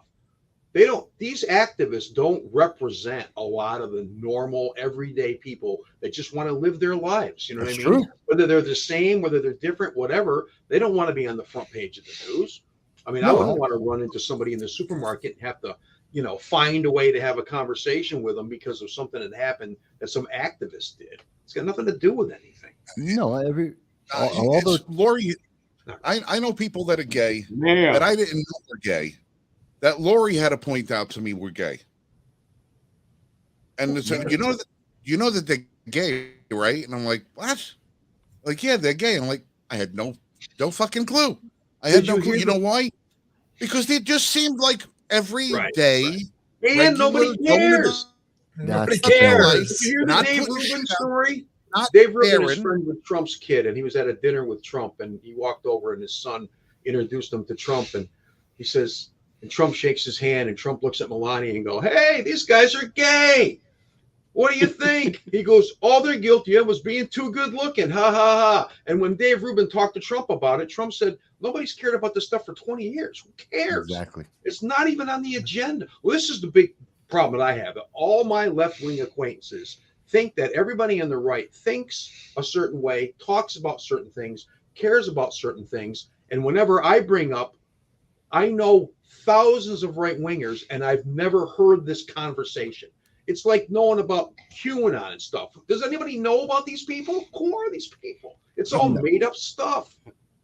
But I didn't even know what QAnon I was don't even know. until the Democrats started talking about it. And they- exactly. No one did. No one knew Because about we it. weren't saying it was a bad thing because we didn't even know what the heck it was.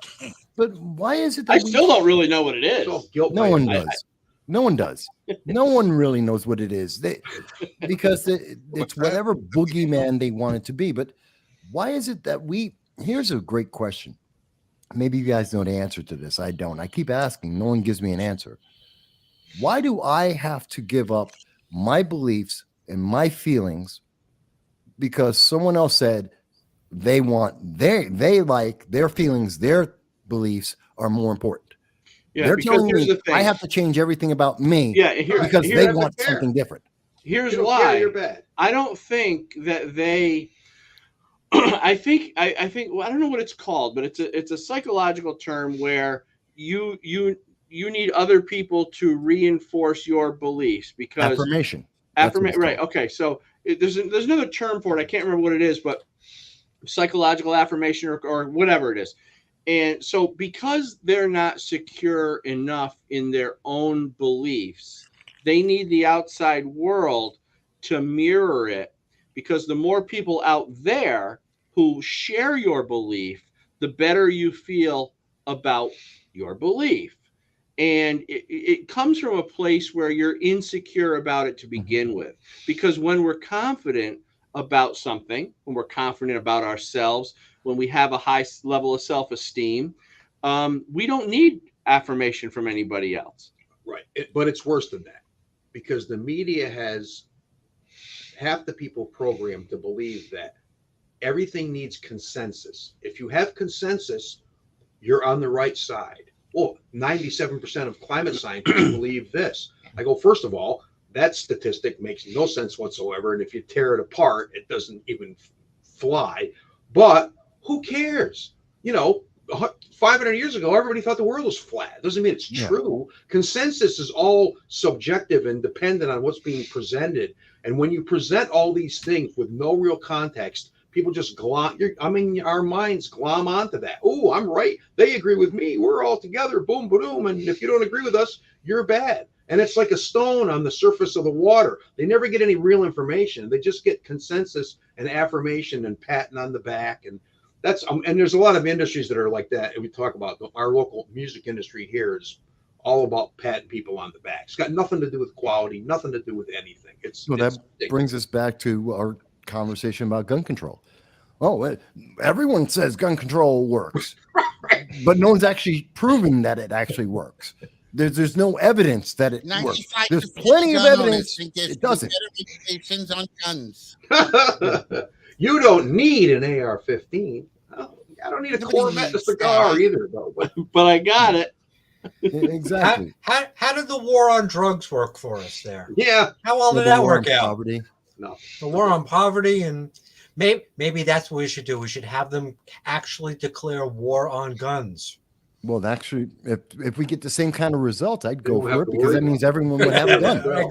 Exactly. They'll spend lots of money on things that don't work, which they're already trying to do, and we'll end up right where we are. Great. It's insane. It's insane that.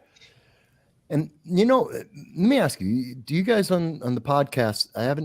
I've heard it before, but do you ever take calls from like randoms, just people calling in? No, we're not live, so we don't ever do anything. Okay, I didn't notice if you. I listened to the tape. Well, I know that I always ask. I do live shows and stuff, and I always ask. Even when I do speaking events, I go out and I always ask. Like, if tell me, give me the other side. If you don't agree, tell me what it is you don't agree about. Right. I've said that to members of Congress. I've said that to people at state level and individuals. You never get anyone who ever responds. For like 15 years, no one ever calls in. No one ever calls up and goes, okay, and here's a real answer. I don't know. But yet those are the same people that tell you, you're wrong. You're wrong. You're absolutely wrong. Okay. They're probably not watching, right? Most of the time, I would assume. Well, occasionally, no, I know that, like, I know there's a secret. They're kind of, they like to be secret about it, but they'll tell me in private. I have a couple of politicians that I know at several levels of government, and I know they listen to my show. I know they watch me whenever I go on, and they'll quote some of the things that I've talked about and tell me. Sometimes months later, when they see me, they'll go, and in this episode, you were wrong. You were absolutely wrong when you said that. I'm like, then why didn't you call in? If you think I was wrong and you thought my evidence was wrong, why didn't you call in? Well, I can't call in. I can't call in. Well, they don't want the opposition, because then they're going to have to debate with you. They don't want the opposition. They just want to. This is the same example of why they shout people down. They don't want to hear what you have to say, because then they'll have to argue and they'll have to defend their position. Exactly. They don't want to defend their position, but they do want to shut you down. Yeah. And so instead of actually having the debate, they go, no, but just accept my point. We have to accept their point of view, not mine. No matter how much evidence we present, no matter how much we can prove what we're talking about and give example after example and ask questions and go, okay, what are the consequences of doing it your way? And no matter how many times we say that and say, here's everything, every consequence of what you guys are talking about, we're still supposed to accept and just blindly obey and affirm whatever it is they're telling us we have to change our lives into. But no one has to consider what we think. That just doesn't make any sense to me. It never made sense to me. And I don't understand how that circular logic, it should stop. People should hear it and go, well, wait a minute. Why can't you do what I want instead? What makes you have a conversation, right? Think back to when William F. Buckley was on TV. Oh, yeah, he was great. People. I mean, I used to love watching that stuff, and I didn't know what they were talking about half the time when I was a kid, but it was like, this is a conversation. This is a debate. There's information being passed back and forth that somebody on the outside can look at and weigh for themselves, or at least maybe be curious enough to look into. I don't think anybody's even curious anymore. Like I said, they get consensus. They're good to go. We're off and running. Everybody agrees with me. Everybody who? I don't know anybody that agrees with you. Who agrees with you? Yeah, but they even do stupid things, but it's so manipulated because there was an article yesterday, CNN. Their headline on CNN, and of course it's CNN, 1/3 of Americans want to see Joe Biden reelected. Now, it's interesting when you think about that headline. 1/3 of Americans want to have him reelected. Wouldn't a normal, and isn't it common and actually correct to say 2/3 of Americans don't want Joe Biden to be reelected? Isn't that the consensus? Isn't that the majority? Isn't that the lead? The majority of people they polled said no. They went with the opposite to push, Joe Biden's going to get reelected. 1/3 of Americans agree to reelect Joe Biden. See, there's a consensus there. No, the consensus is exactly opposite of what you just told me. Right. It's like, this is basic English, guys. I made it past 6th grade. I understand. You're saying the exact opposite. Yeah, but they'll turn around and they'll justify that by saying, well, over the broader spectrum of possible candidates that are thinking about or have already declared their candidacy, nobody has enough votes or support among the constituency to surpass that current 1/3. So Joe Biden, by having 1/3, actually controls a plurality of the current available vote. Right. Even though we've That's a only lie. have Asa Hutchinson is the only person, and as of yesterday, Robert F. Kennedy has declared that he's running for president. Marianne Hutchinson. And Hutchinson said, it was at Asa. Asa says he's running. He's running as a Republican. Hutchinson, what's his face? Kennedy's going to challenge Biden for the nomination. As a Mhm. Democrat. Oh no, As it's a Marianne Democrat. Williams. Excuse me, it's Marianne Williams is running again. Oh, the yoga fucking spiritual lady. Yeah, who actually got she had more She supporters than Kamala Harris. She actually had talks more to the supporters dead. than Kamala. It's funny. That's not really. in touch with Not really a she's place in touch with to- her spiritual Oh. side, and she gets visions and talks to the dead. She had 7% of Democrats following her and supporting her in 2019. Kamala Harris peaked at 5. Kamala Harris was out of the race before the psychic. I don't Kamala believe- She's a heartbeat away from the Said presidency. yes for I think the you're in love with him. nomination. I want to. I think you want to see his Biden vagina. got- We're watching. Dan's watching a stupid video of the Bud Dan's Light guy obsessed with this dancing. Anheuser-Busch kid. It's I so- think he wants to see his vagina. I think he wants to go, hello. Oh no! Watch out. That You may that's get our surprises favorite. you're not ready for, man. Like get smacked in the face with a dong. It's so silly to watch this guy act like so this. silly that Wait, you're watching. I can't take my eyes No, off. no. Yeah, but you know what? I feel bad. No, I He's a really feel bad. millionaire. I know. I know. I'm I sorry. guarantee you, he wears a suit every day. Well, here's the thing. I feel really sad for Dylan Mulvaney because he is a classic example of the problem that's going to happen in the future. 6 months after he stops being in the headlines, that may be Right. someone who's going to kill themselves. Yeah, good He's gonna point. crash hard. He's not going to get the attention. He's going to lose the attention that he's getting because he's probably feeding on the attention right Oh, now. yeah. And yeah. Yeah, and it's probably not even about the money. It's about the attention. You And can tell by the stuff he does on camera. And the companies don't even know that they're doing it to him. You I know, don't no, think I- they care, I even don't if they They don't do. care. You know what's going to be hysterical? In about 3 months, 4 months, as soon as his star starts to wane, he's going to come out and he's going to say, "Listen, I want to thank everybody for supporting me all this time, but I want to let you in on his little secret. Yeah. I'm as butch as they come. I'm straight and I'm swinging 10 inches of meat down here." And he's gonna come out and admit that he's been the ultimate fucking troll this whole time. And he's Well- gonna say, "Thank you for the $10 million.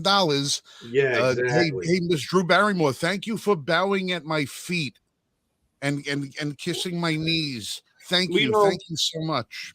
It happens to all of them too. David Hogg was really popular around Parkland, Yeah. and then after that, he dropped off, and the media wasn't so interested in him. So then he had to bring himself back, and every time there was another school shooting or whatever, he would try to insert himself. And there were times when he was literally reaching out to the media, trying to be seen, and people just weren't interested. So if you notice, he's really not that popular anymore. It's really just his Twitter antics or whatever that he Yeah. keeps him alive. And the same thing with Greta. Shannon Watts. You know, Shannon Watts was really popular for a while. They used her a lot, and then you didn't hear so much about her, but everybody bashed the hell out of her. I mean, the gun advocates and Second Amendment advocates would beat the hell out of her online. And now she recently resigned, as far as I know. Yeah, she allegedly left there. I think what happened was the publication of her second book didn't do so well. And I think she was probably encouraged to leave the organization because she's not quite as impactful as she used to be. So Yeah. they rode that horse as long as they could, and then they were putting her out to pasture. They do it with all of them. I mean, look at Greta. Since Yeah, Greta exactly. turned 18 and she's an adult, and now she's fair game for anybody to counter and come back at her, she's gone. Got to How get rid dare of her you! too. They just throw these My people on the childhood. wayside. Go You've ahead, Pete. stolen my childhood. Yeah, how dare you? I should be in school How dare you? being told that I'm the wrong gender, Oh, but I'm gosh. here. I just want So, to leave that for Do you guys follow Jordan Peterson at all? Yeah. This is Dan's phone. He's got it on like instant replay. I seriously That's want. going to be a new I think ringtone. he's in love with him. You know, that's almost as bad as the Prancer-sized lady. Look at him. Fucking jazzercise. Oh God. Too bad you guys only do a podcast, because if you had a video channel, No, we do you video. know. We do Well, I was saying, there's your opening credits right there. Yeah, We're gonna have a blast with this video on the show. put do Benny anything on Hill it, and right? his Listen, music in the background. Listen, I got bigger tits than he does. I'll vouch for that. Got that Vegas hotel room video. Wow. Crazy. Oh, I'm in the wrong business. I'm gonna say this is some Driveway crazy dealer. stuff. I don't know where we're going. What? And I don't understand. know where What we're do they going. want? I don't know what they want. That's a good question. Paint the picture for what me. is this? Who is that, Frank? Is that Ian Margaret? That's the Prancer-sized lady. I want to kick She's- her too. She's got it's an exercise movement that's sweeping the nation. The nation is on People are fire. so stupid. Learning Frank, how to put do that the up Prancer. again. People are dumb. Dan wants to get some video of it. I think we found the inspiration. See, we need to put together a video and put that in sync and put it like a Michael Jackson song to it or something. What do you think? That's- So they, sick. they both scare me. They both Oh scare me. God, we're going to hell. There's your million not for subscribers this. right there. Not for this stuff. I'm not. You know. There's a long train of other abuses that I might be. Yeah. This isn't on the list. But speaking about the truth is not going to be one of them. So I can't get rid of the Prancer-sized lady. Is this be what on you my guys phone. always do She on a might- Friday night? What do you do? Yeah. Well, not. Yeah. This is the Oh, for conversation. God's sake. My phone locked up. Okay, there. His Prancer thing is new, but you know. That's new. No, the That's a new segment. Prancer-sized lady has been around for a long, long time. Don't worry. Tomorrow She's got we'll have 3 a video books, of Dan a whole dancing video just like him. series. Dan dancing And you wanna like know what's that. funny? She Anthony doing sounds the butterfly just and me like and the him. gazelle. What do you think? We Oh. got her. Does she? We have a lot of footage. It's crazy. We do have a lot of footage. It amazes me. No, but this is what we do more or less. This is what we do. We look at what's going on, and in particular, we tend to look at like the laws and that are happening. Well, I told Frank that once we come on the show, it's going to go straight downhill. Nah, this might be a step up in some parts. Depends on what Frank wants to talk about. She's even got a rock. It's really rock. Just got a rock and roll Prancer-sized channel. That's the Wolf of London, Werewolf of London. Oh God. No, it's not, but it's her. I guess it's her version. That's She's the great. Coyote of California. Oh well, there you go. Just play that funky music, white Hey. boy. She paid somebody to put some music together for her channel and for her stuff. So hey, you know what? If she's making it, hey, good for her. This video came out like a dozen years ago. She was like 107 at the time. Oh, so yeah, and she's still going. She's still going, this lady. She teaches for her. classes in Pensacola, Florida. Does she have a No diet power plan to we her. can look into?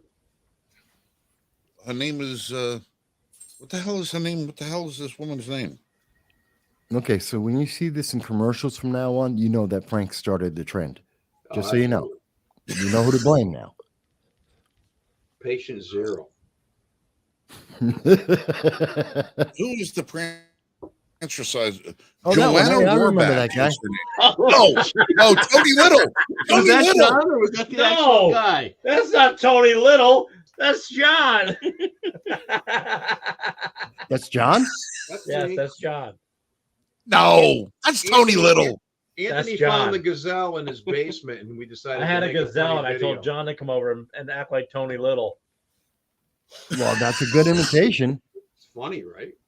Do you remember that other thing that he was selling? That Tony Little was selling. It was this device that you put it on your feet, and you pulled the strap up, and it was a bar that went between your knees, and Yeah, yeah. It was like the ab strap something or other. And apparently, what happens is it connects your feet to your knees so that when you do sit-ups and crunches, your feet don't come off the floor. I can see that. I want you to Okay. think about that. I think of that every time I watch Anthony. It attaches your feet to your knees. The only crunches Anthony does is Cap'n Crunch. But What? it's but here's the thing. It's supposed your feet are already connected to your fucking knees. Through your shins. It's already all about connected. the range of motion, Frank. That's what it's You know, all about. No. It was a strap. It was two. It was No, I've seen it. I know what it is. I have no idea. Hey, you guys it was remember a- this? You know what this is? It's George No. Costanza. it's George Costanza. Oh, that, yes. All right, so I was at a restaurant. he- I was at a restaurant one time, and there was a couch upstairs, so I went up and did it. My girlfriend was so pissed off. Totally unnecessary. It was hilarious. Let me find that Oh. Vegas hotel room The waitress video. caught me. Oh, God. Shit, I do. I don't know. You should have seen Anthony moonwalking on Fremont Street in Vegas like in January. It was great. Yeah, Frank, you should have been at SHOT Show next year. I know. I should have, would have, could have, couldn't. Oh, but we had a next year- blast. Our next friends year Charlie Cook and John Petrolino, and we got together, and it was just stupid town. I mean, it was ridiculous. Eating at Denny's, smoking Well, cigars. I'm hoping that by I'm hoping that by October or November, all of my surgeries and therapies will be done and out of the way, and I'll be ready for next shot season by that time. I already have my plane ticket paid for. I already got that out of the way. Let's just I don't know how much life SHOT Show is going to have in Vegas, though. I mean, the more They I'm talked hearing about more, it at the governor's conference I went to there. They were talking about it, the efforts that were in place trying to keep it there, because the people that put it on really want to keep it there, right? But Right. they're getting pressure from everybody, same as everybody else. So where would they go? but I mean, San Francisco. we had there were a lot of big Texas. companies that Pictures of the pulled out of their, trucks that you went know, over the under the umbrella of COVID, they pulled out. But it really turns out that they pulled out because they were tired of Nevada politics and having to deal with the bullshit going on there. And they're looking at more southern territories. They're looking at Florida. You know, they're trying to see about Oh, that. that's big. Like I said, 7 governors were there at the governor's conference, and they were all really on everything. Great details, great stories, and they were all just, backing the show 100%. They were all about it. It was great. It was fun. These guys, I just love I see all of these guys down road. There's too many influencers here. There's too many this and there's too many that and this that, and we got to have just industry people. And I had to laugh my ass off. I'm like, dude, you I don't know if they started. can see this. Yeah. Yeah, it's way out of focus. But this is us, all three of us with Oh. Stephen Williford. I don't know if you can see Stephen Williford. Yes, in I here. know. I owe him a steak dinner. I was one of the first people to interview him after that. he was great. So he's a real nice guy, and we're gonna get him on our show, as a matter of fact. But that was at the GOA, booth. Yeah. So that I was a reached good out to him. time.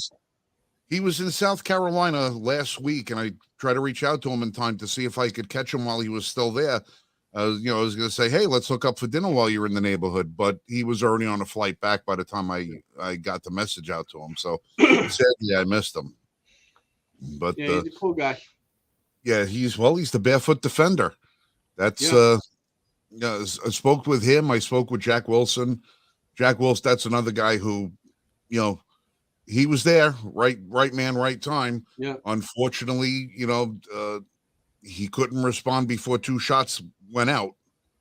But he did do his diligence and saved everybody else in that church. So, How many shots would we have gone deal if with he the didn't? situation we're presented with. Yeah. Excuse me. Heineken burps. Better That than goes Bush. back to our earlier discussion that if it weren't for someone confronting the gunman, how many bullets they'd keep firing until they run out of bullets. Yeah. or until everybody is dead. Yeah, one or the other. It's crazy. Well, I was watching somebody posted a video on one of the local Facebook pages, and it's two cars, not more than 2-3 miles away from the house. A Mercedes SUV and an Acura SUV at a light. The Mercedes trying to go around one, and the kid is jumping out. Some kid is jumping out of the Acura that's got his doors open, trying to block the way, and he's swinging his belt at the window of this car in north of the car. Now, that car's got New York plates on it. The other car's got North Carolina plates on it. And I'm saying to myself, son, do you have any idea what state you drove down to? That you're trying to break the window of an occupied vehicle on the road with your belt in your little flip-flops on. Like, it's like 7 out of 10 cars down here ride around with an armed driver. Oh yeah, you're picking the wrong. And then it was the funniest thing is because the kid the car goes around and the kid kicks the car, and as he goes to, his foot gets caught in the bumper of the car that's going around, and his leg snaps around his own open door. Oh, it was hysterical. I wish I could pull that up. It was just a great video. His legs all bent up. Oh God. Like, hey, stupid is stupid does. I like seeing stupid people pay the consequences for their stupidity. Well, that's why they used to have the website, or it may still be around. Darwin Social Darwinism. I could tell you about another Darwin case that I just found out about not too long ago, but I can't. I'll have to wait a couple of months for this to become.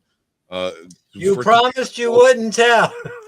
It has to be resolved in the courts before I can speak about it. But it's a funny story. It's funny. So funny, in fact, that I'm going to have T-shirts made up with a new phrase, and it's going to be really hysterical. But we'll wait. I can only imagine. For me to actually go, get the fuck out of here. When I heard it, I was like, yeah. If it takes me off guard and I'm like, really? Seriously? That really happened? Then, yeah, it's got to be bad. Hey, listen, guys, we're well over the 2-hour mark here tonight. Dan, Anthony, John, I want to thank you guys so much for coming in and spending this time with us this evening. We had a lot of laughs. Hope to be able to do this again as at least an open door policy. Whenever we're on, you guys are all welcome to come in. Matter of fact, I'll just keep dropping a fucking link in your mailbox until one of you or all of you show the hell back up again. Well, Anthony and I are involved in music, so weekend nights I was supposed to be at a local casino, and my lead singer is texting me now saying how bad the monitors you guys are. up. Well, we gotta get you their emails too, Frank. We got to get you Anthony and John's emails too, because I might not be able to do it, but maybe they can join you too. So yeah, any combination. Absolutely. Well, like I said, shoot me off the details, and I'll shoot. Mine is Frank at l1f.us. I'm easy to find, and we'll be able to. Michael Vasquez, happy 55th and 1 day birthday. Thank you. My birthday is in about 32 minutes. He's That's gonna be a good, man. fossil. Wow. What's that? That's what I know. Fossil. My present is I'm going to meet my new girlfriend's dog tomorrow, so That's kind of cool. gotta Girlfriend's pick up dog. treats on the way. Got to make a good friend, I don't know. We'll see. In the morning, when you have breakfast tomorrow, just take a little bacon grease. There you go, right? Supposedly, Supposedly he's a vegetable dog. He likes carrots and cucumbers. He likes strawberries. I don't know. It's weird. I guarantee you he likes bacon too. Oh no, I pretty much likes John Fetton. bacon. But there was a bad joke there. Somebody might have caught it. Yeah, I heard it. I caught you. Caught that one. Petey Soma, love you, brother. Listen, again, we thank you guys for being here. Thank everybody for showing on. Dale Grimm, everybody else that's on the office. Jan, next week you pop in for a little bit with us to give us an update on how your training's going. All right. So we'll catch everybody soon. Until then, you guys be safe. Shoot straight. Give us a plug for the loaded bike before we go. Go ahead. You guys want to do it? No, Do it? you know you the know it. details. Loadedmic.com. Loadedmic.com. Mike like microphone. MIC. Just check out the show. I swear to God, you're gonna love it. You're gonna crack up. It's crazy. Yeah. Yeah. Yeah. He spends a lot of time on his hair, and he Yeah. hits his And then he hair. hits it. He hits my hair. Hit my hair. One pork chop. We're in this One we're in pork this chop. crazy left-wing state we live in. Yeah. We get the conservative view from New York, and It's got the Botox bitch in charge. Oh You yeah. want to know what's really fucked up? I just realized is that there's 6 New Yorkers on the screen right now. Yeah, I know. We're all New Yorkers. We're dispersed out over a wide group, but there's 6. If Michael was here, there'd be 7 That's true. on his. Holy shit! This is probably the only show on the internet today with 6 New Yorkers on it, all speaking the truth. There you go. Right. And next week we're talking about Donnie's indictment. We were going to try and get to that tonight, but it should all be over and done with by then anyway. So not really much to talk about. Yeah, it's a sideshow. Yes, it is. All right, so everybody, you guys, we love you guys. Be safe. Thanks, guys. It's great. Thanks. Have a good one. Happy Easter. Yep. All right. Yes. Happy Easter.